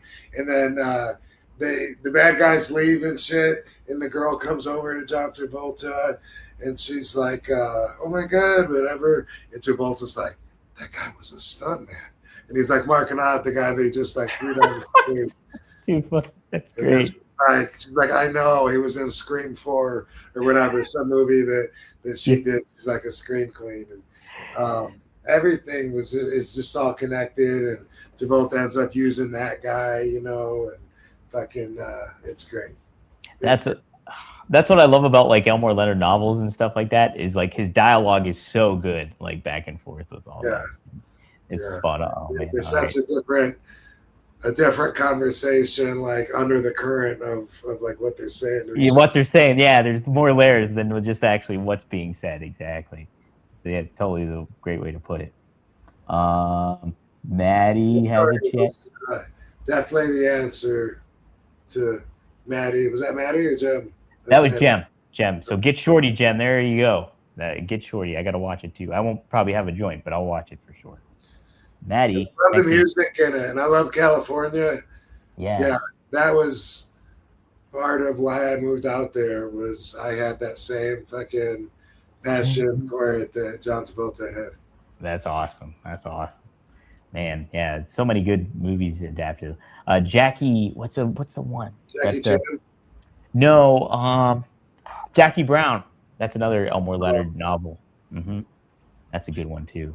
Tarantino inspired, if not directed, movies. They're fucking, they're good. I probably told this, but first time I got a chance to go to LA, I had a booking there, and then Louis Spicoli lived there. He was supposed to take me out around, show me the town. I was excited. I was marking out being. I'd only been at the airport. That's it. Through the airport when I go to Japan was, you know, and then Louis. I was at Louis's house, and I wanted to go see this and this and this, and we ended up going to a strip club, and then Louis like falling asleep. I didn't know about his soma. thing. Yeah, I didn't realize that. I kept saying, "Come on, Louis! Like, how long are we gonna be here? I want to see Beverly Hills. I want to see Hollywood Boulevard." And he was just saying, "Oh, we'll relax. We'll do that later." And one of his friends came up to me and he said, "Dude, you realize you're not going anywhere, right?" What do you mean? And he goes, "Louis probably gonna pass out. Probably gonna get kicked out, carried out by bouncers. Yeah, we'll be lucky if he doesn't throw up and piss himself, and then we'll be going home. Like his night is done. Look, you don't know how many somas he's been eating." I was like, "Are you serious?" They go, "Dude, he's been eating handfuls of them. They're gonna kick in any minute." And I was like, "No!" And I went over, Louis, we're going out, right? He was like, "Yeah, we're." Oh, And I was like, "No!" Louis.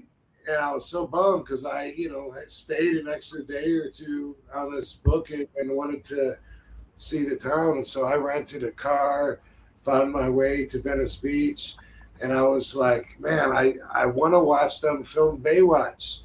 Right. So I walk up on them while they're and man, I loved the fucking walk, the sidewalk, going in front of all the really big houses that are right there on the front. On the beach from, I guess it's Venice Beach, Venice Avenue, going what would be north, and first it's just houses all along the right, and it was awesome, like beautiful. Sun was out, fucking girls rollerblading by me, like everything was just perfect about it. And pretty soon I come up to Washington. And there's like a big circle of people gathered around, like a crowd. I'm like, dude, what the fuck is going on there? Like, I want to see what's going on. And as I visually made my way through the crowd, all these girls are wearing the shorts and shit. The red shorts, the red outfits, anyway, and they're actually filming a Baywatch scene. So, You serious? I manifested specifically what I was looking for out of my trip, and so I just felt this connection like right away with Los Angeles, California. Man, that's great. Like, man, no wonder you moved there then too for a little bit. That makes a lot of sense. I loved it. Man, that's a hell of it, man. Manifesting for sure. It was like extras. There wasn't, Pam Anderson wasn't there or any of the stars on that scene at that time, but they had the suits on. I recognized, and then asked somebody, and was like, "Holy shit! Like for real? Like, dude, this city understands my vibe." This gets it. They get it. They get my thoughts. They get my vibe. Maddie for the $5 says RVD demanded Sol Ruka James Cornette style, but instead of I don't know what that is. Tennis racket. Is that a tennis racket? That's what he's got a tennis ball. That's what it is. Thanks, Rob. Instead of a tennis racket, a joint to the eye, or a smash a bong over their head. RVD versus Bronson Reed. He's like Bam Bam. Oh, that would be pretty good. You versus Bronson Reed would be good. Boom. Yeah, there you go. That's all you need. Oh, sorry, Barbar. Is that scary? Is that scary? No, I'm not going to hit you. You're scared, Barbie. You smacking somebody with a big joint would be funny, though. Michael Montford, thanks for the $5. You're in the raffle for 1, 2. He said, regarding the Big Bud Smokers Club, he said that was supposed to be you guys are invited to the Big Bud Smokers Club. Check us out online. I think you'll love what we are building. I'll take a look at it for sure, Michael. Thank you. Check it out. Big Bud Smokers Club. Big Bud Smokers Club. Have to take a gander. Ben Manthe, thank you. Ben Mantha? Ben Gay. Ben Gay? Ben Mantha, 2174. Thanks for the $5. You were in the raffle. Question for the Zen Master. What is an upcoming info porkit that you were excited. Info porkit? Infomercial? Infomercial? Info porkit that you were excited for. Also, hope fatherhood is going swell. All love in Wisconsin. Wait, Ben, did you retweet it? Oh, he says, what's a future project that you are excited for? Future project. Thanks for clarifying that, Ben. Well,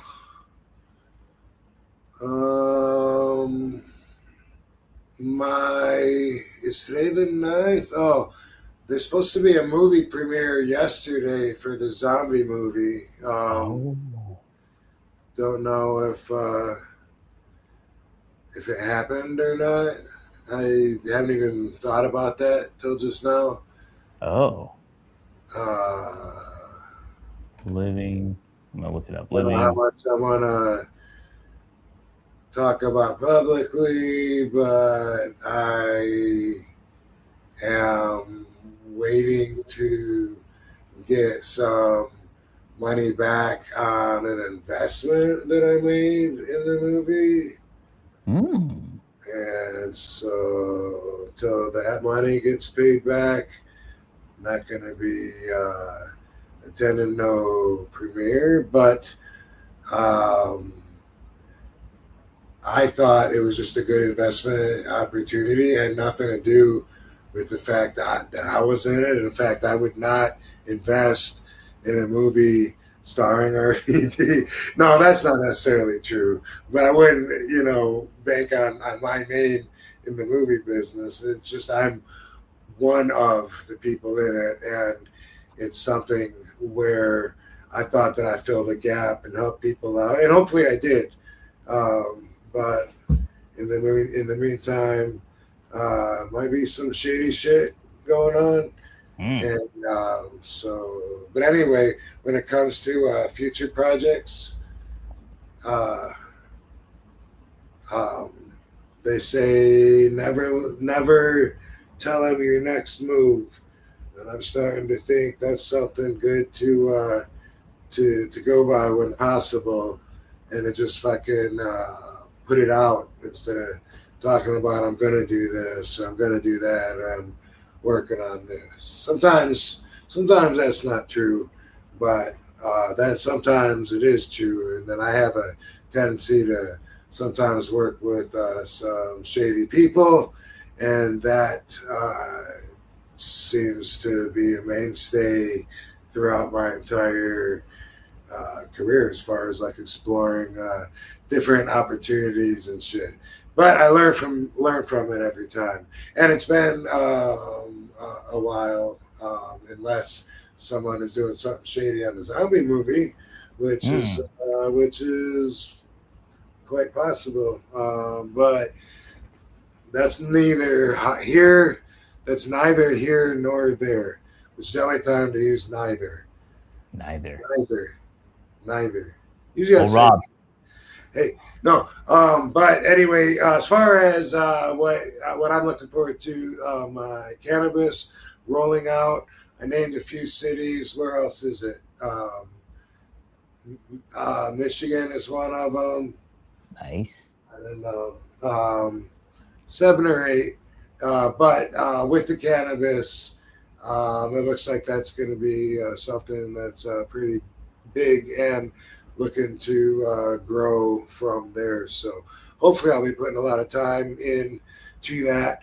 And it's really awesome having the kids, being a dad, which is something that I never fantasized about, never was a desire to be raising kids, but I never really paid attention. I never knew you could have a relationship with babies, just because I don't remember anything from probably 3 years old or maybe 4 years old. Everything else, I don't think I remember anything. So I guess knowing that, I didn't think that they did.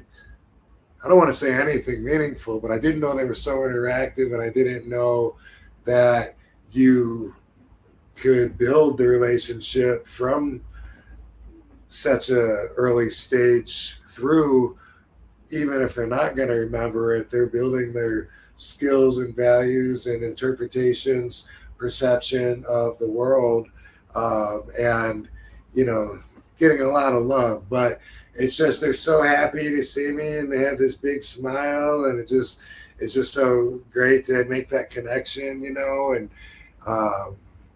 and they have a way of communicating too, of talking to you, of saying, "Hey, Dad, I want a fucking bottle, bro. What's up? Hey, yeah. Where's the milk? Get the milk." Well, you saying that too, Rob, made me not. I was not aware that you could build a connection with babies in that manner either. You know. Yeah, I did not know that, and that's pretty awesome. yeah, they're so interactive, and I love watching them look at Katie, and they follow her around the room with their eyes, and they're so helpless that, you know, they can like turn their head. That's about it. They can't like crawl yet. Karma has rolled over. Maybe they've each rolled over like once, but it's not something that normally they're even able to do. So they're kind of, you know, at the mercy of like where you point them or set them for the most part. But on top of that, they have like different cries, different facial expressions, and you can communicate back and forth. Not to mention, they do a lot of baby talk where they'll let you have it, and you can tell if they're complaining or if they're telling you, giving you a good Yahoo report. You know? Yeah, filling you in on everything on the daily news. Not Yahoo, Yelp. Yelp, yeah, the Yelp review. Crazy kids in your interweb, your internets. So Ben in the chat is actually Ben McCoy, who we had on the show here a couple years back. Okay. Yeah. So. Hey Ben McCoy, what's up, brother? Yeah. How about that? Thanks for chiming on in, Ben. I appreciate it. Thinking about that, dude. Good to hear from you again. Hope all is well. You are in the raffle for one. So there you go. Actually, I'll put you in the raffle for two because you basically gave $10. Hope you're doing well, Beninator. Yes, man. Hope all is good, my brother. Good to see you. There was a couple other things I wanted to touch upon real quick, Rob. This put a bug in my head a little bit. Was there's been some like sensationalized reports about CM Punk going on that like speculation, all speculation, and it's basically reported to not be true. But he ended up like there were rumors that he was unhappy at WWE right now, and that's why he's been off television since WrestleMania.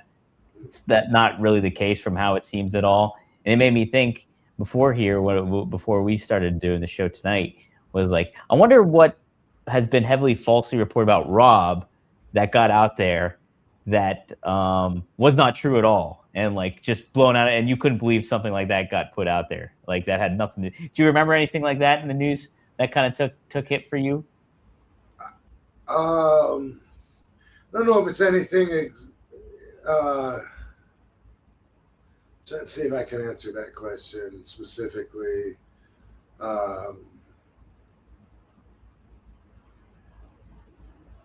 No, I mean this weekend at the signing, like some guy said that he was told that I only wanted to do Sunday and didn't want to do both days, and and I said no, that's just when they booked me, and someone else said that they heard that I only wanted what was it that he said? It was the exact same thing, though. I was like, who says these things? Like fuck no, I never said that. What was it? I can't remember.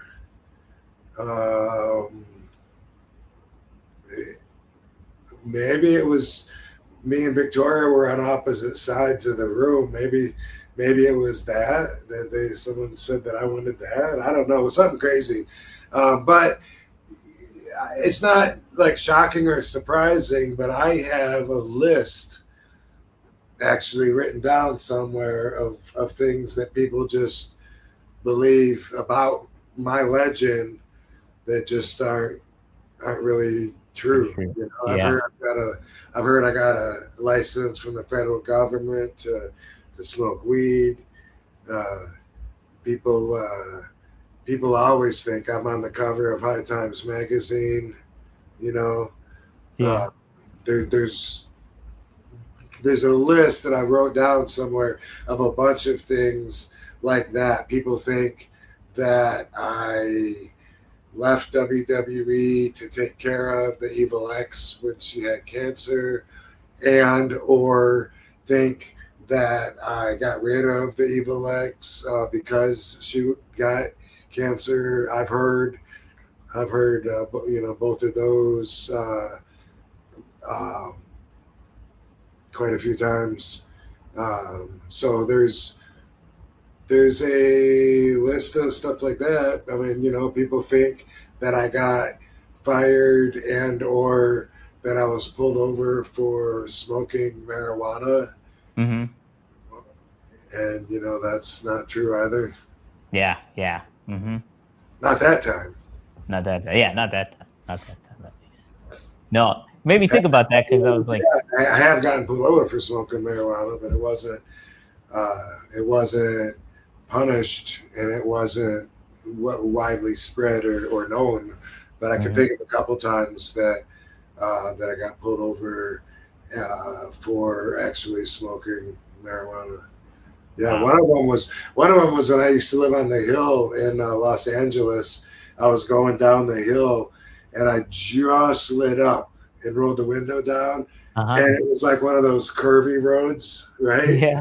I just rolled down, and then right around the corner comes a cop going against me, and went right through my cloud of smoke, turned around, pulled me over, and he made me sit on the curb, while he scolded me. But my punishment for that was he made me drop the joint on the ground and step on it and twist my foot and tear it up, destroy the joint. In other words, I just picked it up afterwards and went and re-rolled it though. That's great. Yeah. And there was another time in Texas I could think of when I was smoking and got pulled over, I guess for speeding, but he insisted that he smelled the marijuana, and it was quite an intense standoff that seemed to last quite a while, but he was never able to prove shit. So that would have in my favor. How about that? Wow. Yeah, no, I knew there that like some reports were like false that kind of got out there, or like speculation of stuff, and with you on certain aspects. But yeah, that's pretty crazy. There's a lot. You know? I bet there's so many, and like I bet that happens all the time with wrestlers too. Something gets reported out there by the dirt sheets, and it's just like that's not true at all. Like, where did they get that shit at? Yeah. Homeboy Sean, man, talk about synchronicity here. Thanks for the $10. You're in the raffle for 2. I've been making it a hobby this past year, collecting old High Time magazines. I just copped the Aussie cover where you were featured in. Sweet. You get as a stoner wrestling fan. Huge get as a stoner wrestling fan. Much love from Stockton, California. So thanks, homeboy Sean. Yeah, man, that was my coming out party as a stoner, to appear in High Times magazine and do an interview about smoking. Tracy Smothers said I would have a target on my back for life. That I wouldn't be able to walk through the airport without having all my bags checked every time. Don't do it. Just, smoke your stuff in the corner, be quiet. And I was like, can't do it, dude. Like, people got to know that this is safer than the cigarettes that they're smoking. Back then, I think it's 1997, 98. Almost 30 years ago. Yeah. Crazy. 99 at the latest, the High Times magazine article. I think it was before that. I think it was 97, 98. And, man, cigarette smoking was so popular back then. Big time. Everybody was smoking cigarettes. It was so, and I was, learning about the comparative values and learning that 50% of long-term cigarette smokers die as a result from a cigarette, and 0 people die as a direct result from smoking weed ever. And I was like, I can't just be quiet about that. Like, people got to know, they got to know. I got to tell them. And so I did. And that article in High Times magazine was like me coming out. I just, learned and was starting to learn a lot of the stuff. I was no expert back then, but I was learning about the hypocrisies in the law and in the education and what I was told. And so that was enough. Wow, man. Yeah. So the High Times magazine that came out in 1999. You're right. 99. 1999.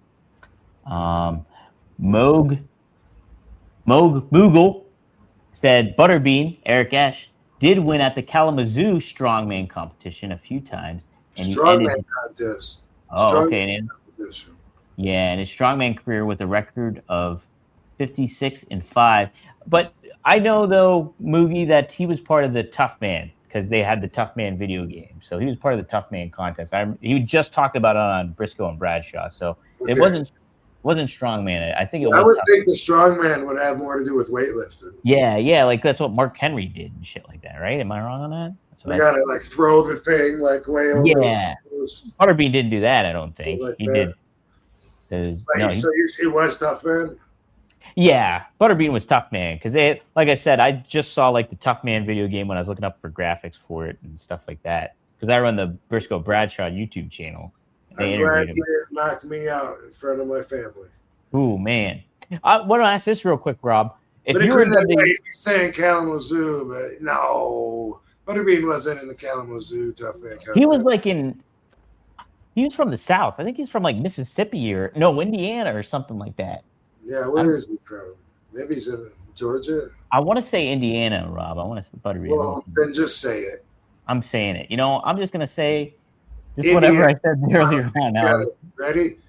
Yes. Together. Butterbean. He's from Indiana. Actually, he's from Atlanta, Georgia. I just looked it up. I told you. Dang it.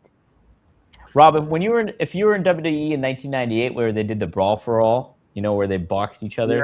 Yes. Would you have done that? I think so, yeah. Yeah? Mm-hmm. I totally think so, yeah. Because, like... I would have had to fight Butterbean, too, if I made it that far. Well, here's the interesting thing. Butterbean said the mistake Bart Gunn made is he prepared for a regular boxing match. And he said that it was Tough Man rules, and so the rounds were only a minute. So all Butterbean did was train for a minute, did like his minute kind of style. And if Bart prepared for that, he probably would have done a better job than what happened. So no, I did the same thing, and I did the Tough Man contest, and then I trained with James Williamson, and then also I trained with Terry Gay, who Lightning Foot Terry Gay. Oh, is that his name? I want to look it up. Lightning Foot. Terry. Yeah. Lightning Foot is Jerry Flynn. I'm not sure if he's Terry Gay or Terry Gay kickboxer. Put that in. Okay, let me try that out then. No, that's not it. Okay, I'll try Terry Gay kickboxer. He's from Coldwater, where Dan Severn's from. Oh, damn. Super T. That was his name. Super T. World kickboxing champion and professional boxer. Master T. Master Super T. 8th degree black belt. Holy smokes. Yeah. So I was training with this guy and his fighters, and Kit Likens had 2 losses on his record, and one of them was Terry Gay. Wow. And so I went and trained with Terry Gay, and after fighting there, I did the same thing. I got in a Tough Man contest the next year, and I also had trained for like a longer fight and shit. And the guy that I was up against, he just kept like every time we get close to each other, he would throw a side kick, bam, and then just grab me. And then, the referee would have to split us up. It was frustrating me, but I was too stupid to do anything about it, and he just won the match by doing that over and over again. But that guy ended up making it to the main event and losing to the guy that beat me in the main event the year before. Oh. But How would you handle that different? So he would like kick you and then grab you. What would you have done in the fight to do it differently then? Like, would you just like strike him more or something? Or how? Well, man, you know what? I think I just kept thinking, you know what? Like,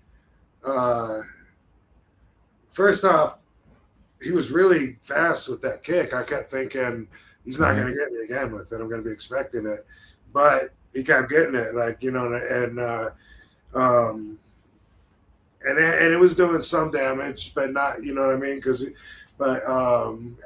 I would probably circle around him more instead of coming straight at him, you know, for starters, so that he couldn't just fucking throw that kick at me. Yeah. And then, Interesting. I was just a kid, man. Just a kid. I had a lot to learn. Okay, I'll close out with this, Rob. So, Rib Shot, this last week, they put on a clip they did a cartoon of you, and I'm sure you saw it because I think you shared it too, but of you talking to Vince about not going overseas for the troops. Yeah. Really great stuff. It's like one of the best stories you told on the podcast, but Rib Shot did even more justice by turning it into a cartoon. So you guys got to check it out. Go check out Rib Shot. We should put like just a quick little trailer of that on to help him out. You know? Yes, I'll insert that after the show. I'll put it in. I'm sure they don't care. I don't think Rib Shot will care if I put it in. No, it would help. You know, if it's just real small. You know, and what I'll do is I'll cut away from this clip and then I'll put it here. Boom, right here. It's going right now. Rib Shot. All right. There it is. Oh shit! Look at it. Wow. So today, it was 24 years ago today, too, where Stone Cold walked out on Vince McMahon after Vince wanted him to lose to Brock Lesnar on Raw. And Austin didn't care. He didn't want to lose he didn't care about losing to Brock Lesnar, but there was no story involved with it and no build to it. He would have been willing to do it, but Vince just threw it out there that he wanted to lose to Brock Lesnar on Raw with no rhyme or reason. And then Vince went and cut a promo in the ring about him and said like, Steve Austin is no longer here. We'll always remember Stone Cold, and but Stone Cold owes everybody an apology backstage and stuff like that. And then Sean Waltman went on X today, and he's like, I don't think anybody really was that upset that Austin did that, like any wrestlers and stuff like that. I was curious. Do you remember that happening at all, Rob, when that went down? No? Okay. I mean, it sounds vaguely familiar. What year was it? 2002-ish? 2002, I think. And Vince, who did he say that to? So here, he said it on Raw. Here, I have the clip here, Rob. We'll play a little bit of it. Let's see if I can cue it up here. To the people? Yep.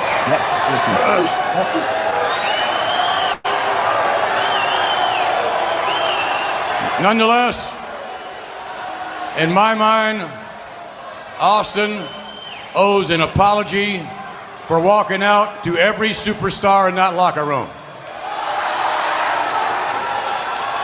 Austin owes an apology to the company he helped build. Austin owes an apology to each and every one of you for walking out on you.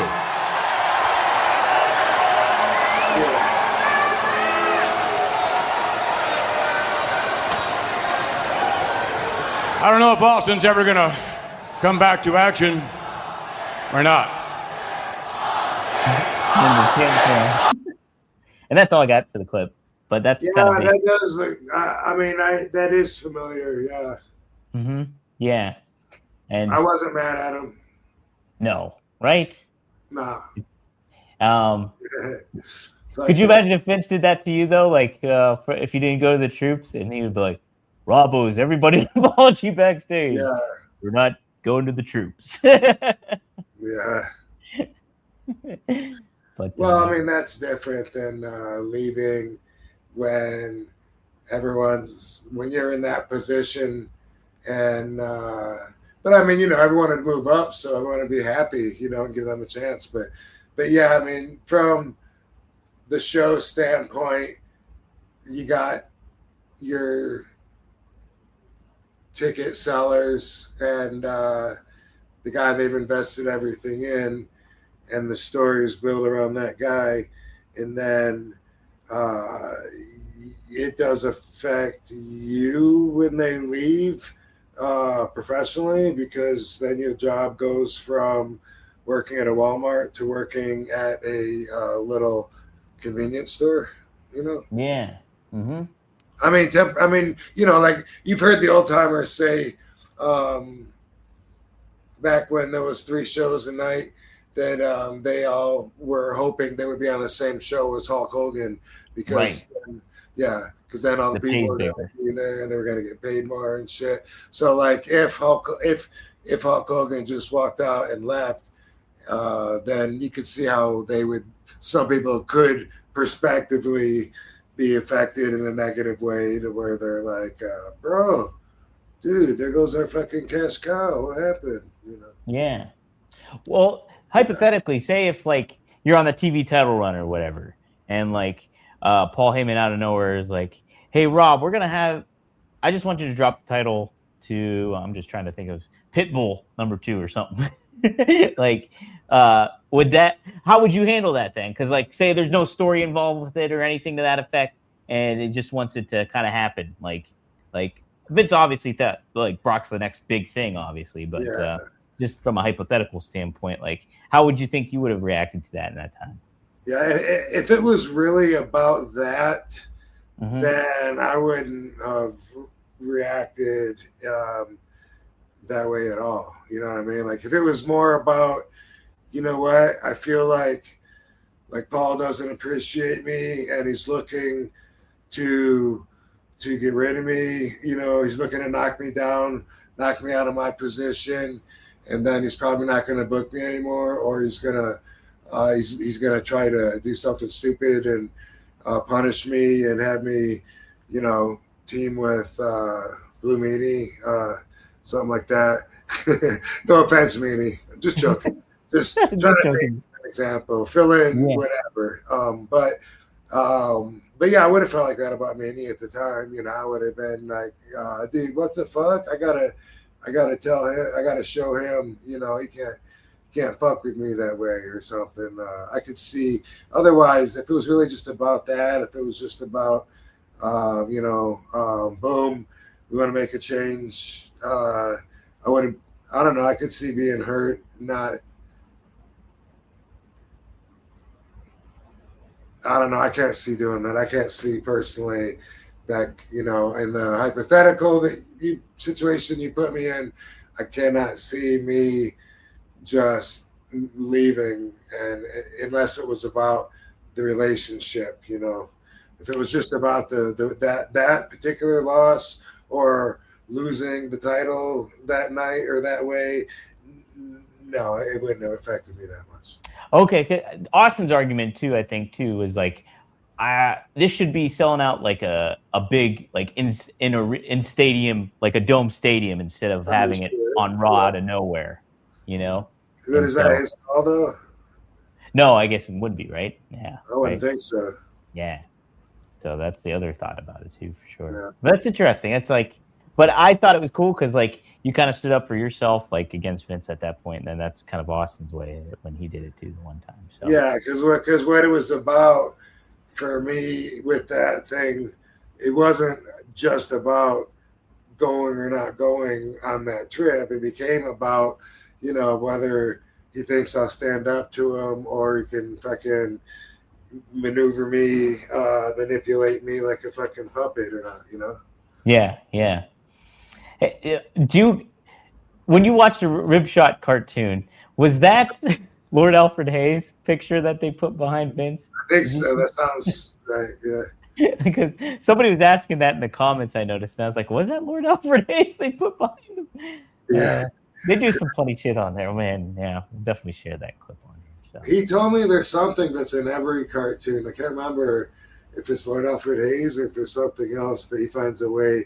Oh no, I think it's kids that he went to school with or something. Oh no shit. Okay, that's cool. Yeah. That's cool. I love how he just randomly puts wrestlers in the situations too, like Hardcore Holly's in it and stuff. Yeah, And they'll be doing something funny too. I'm just chilling. Yeah, so funny. of course. Yeah.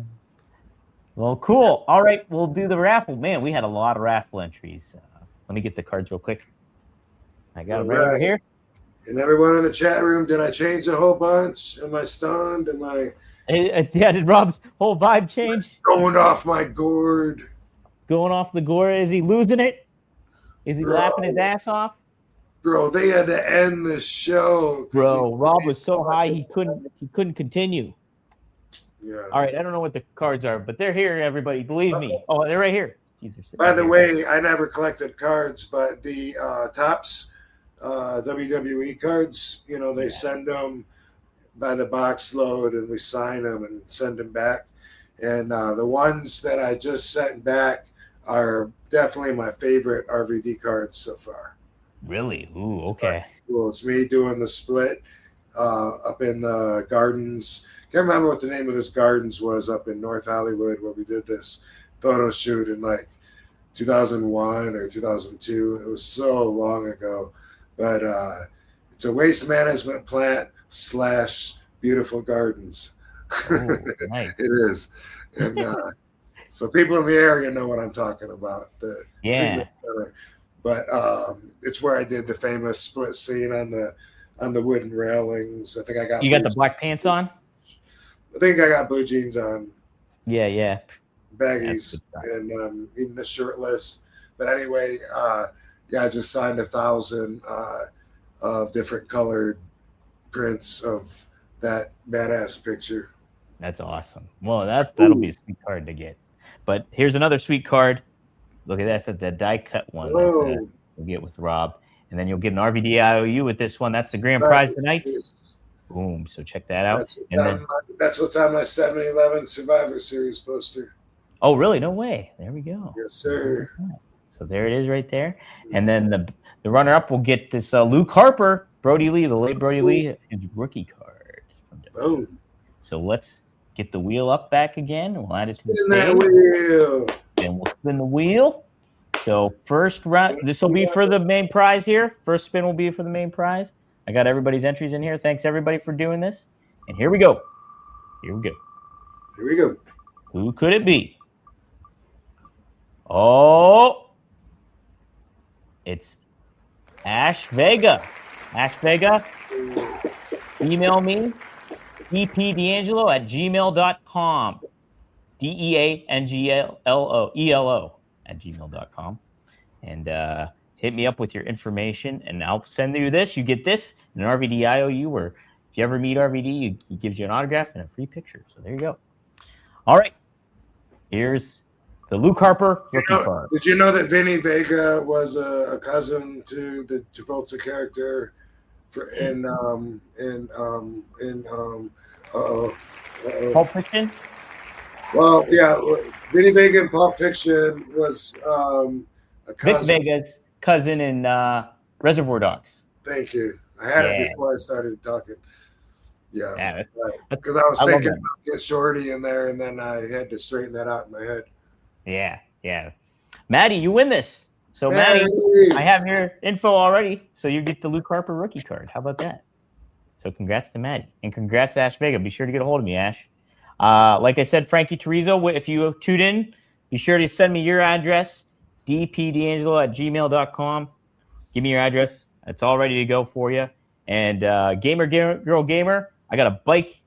Those cards still down to you, but I think everybody else I got covered for the most part. Who's got back to me? So there we go. Everything's been mailed out. Like doing it. And Rob, I like doing this show. This was fun. So awesome. We had a good one. Yes. All right, yo, another fun week. Another fun week in the books. Thank you all for tuning in. And thank you, Rob. We'll see you next time here on What? One of a Kind with who? Oh, it's with RVD. Boom. And that's me. That's him. See you guys. RVD.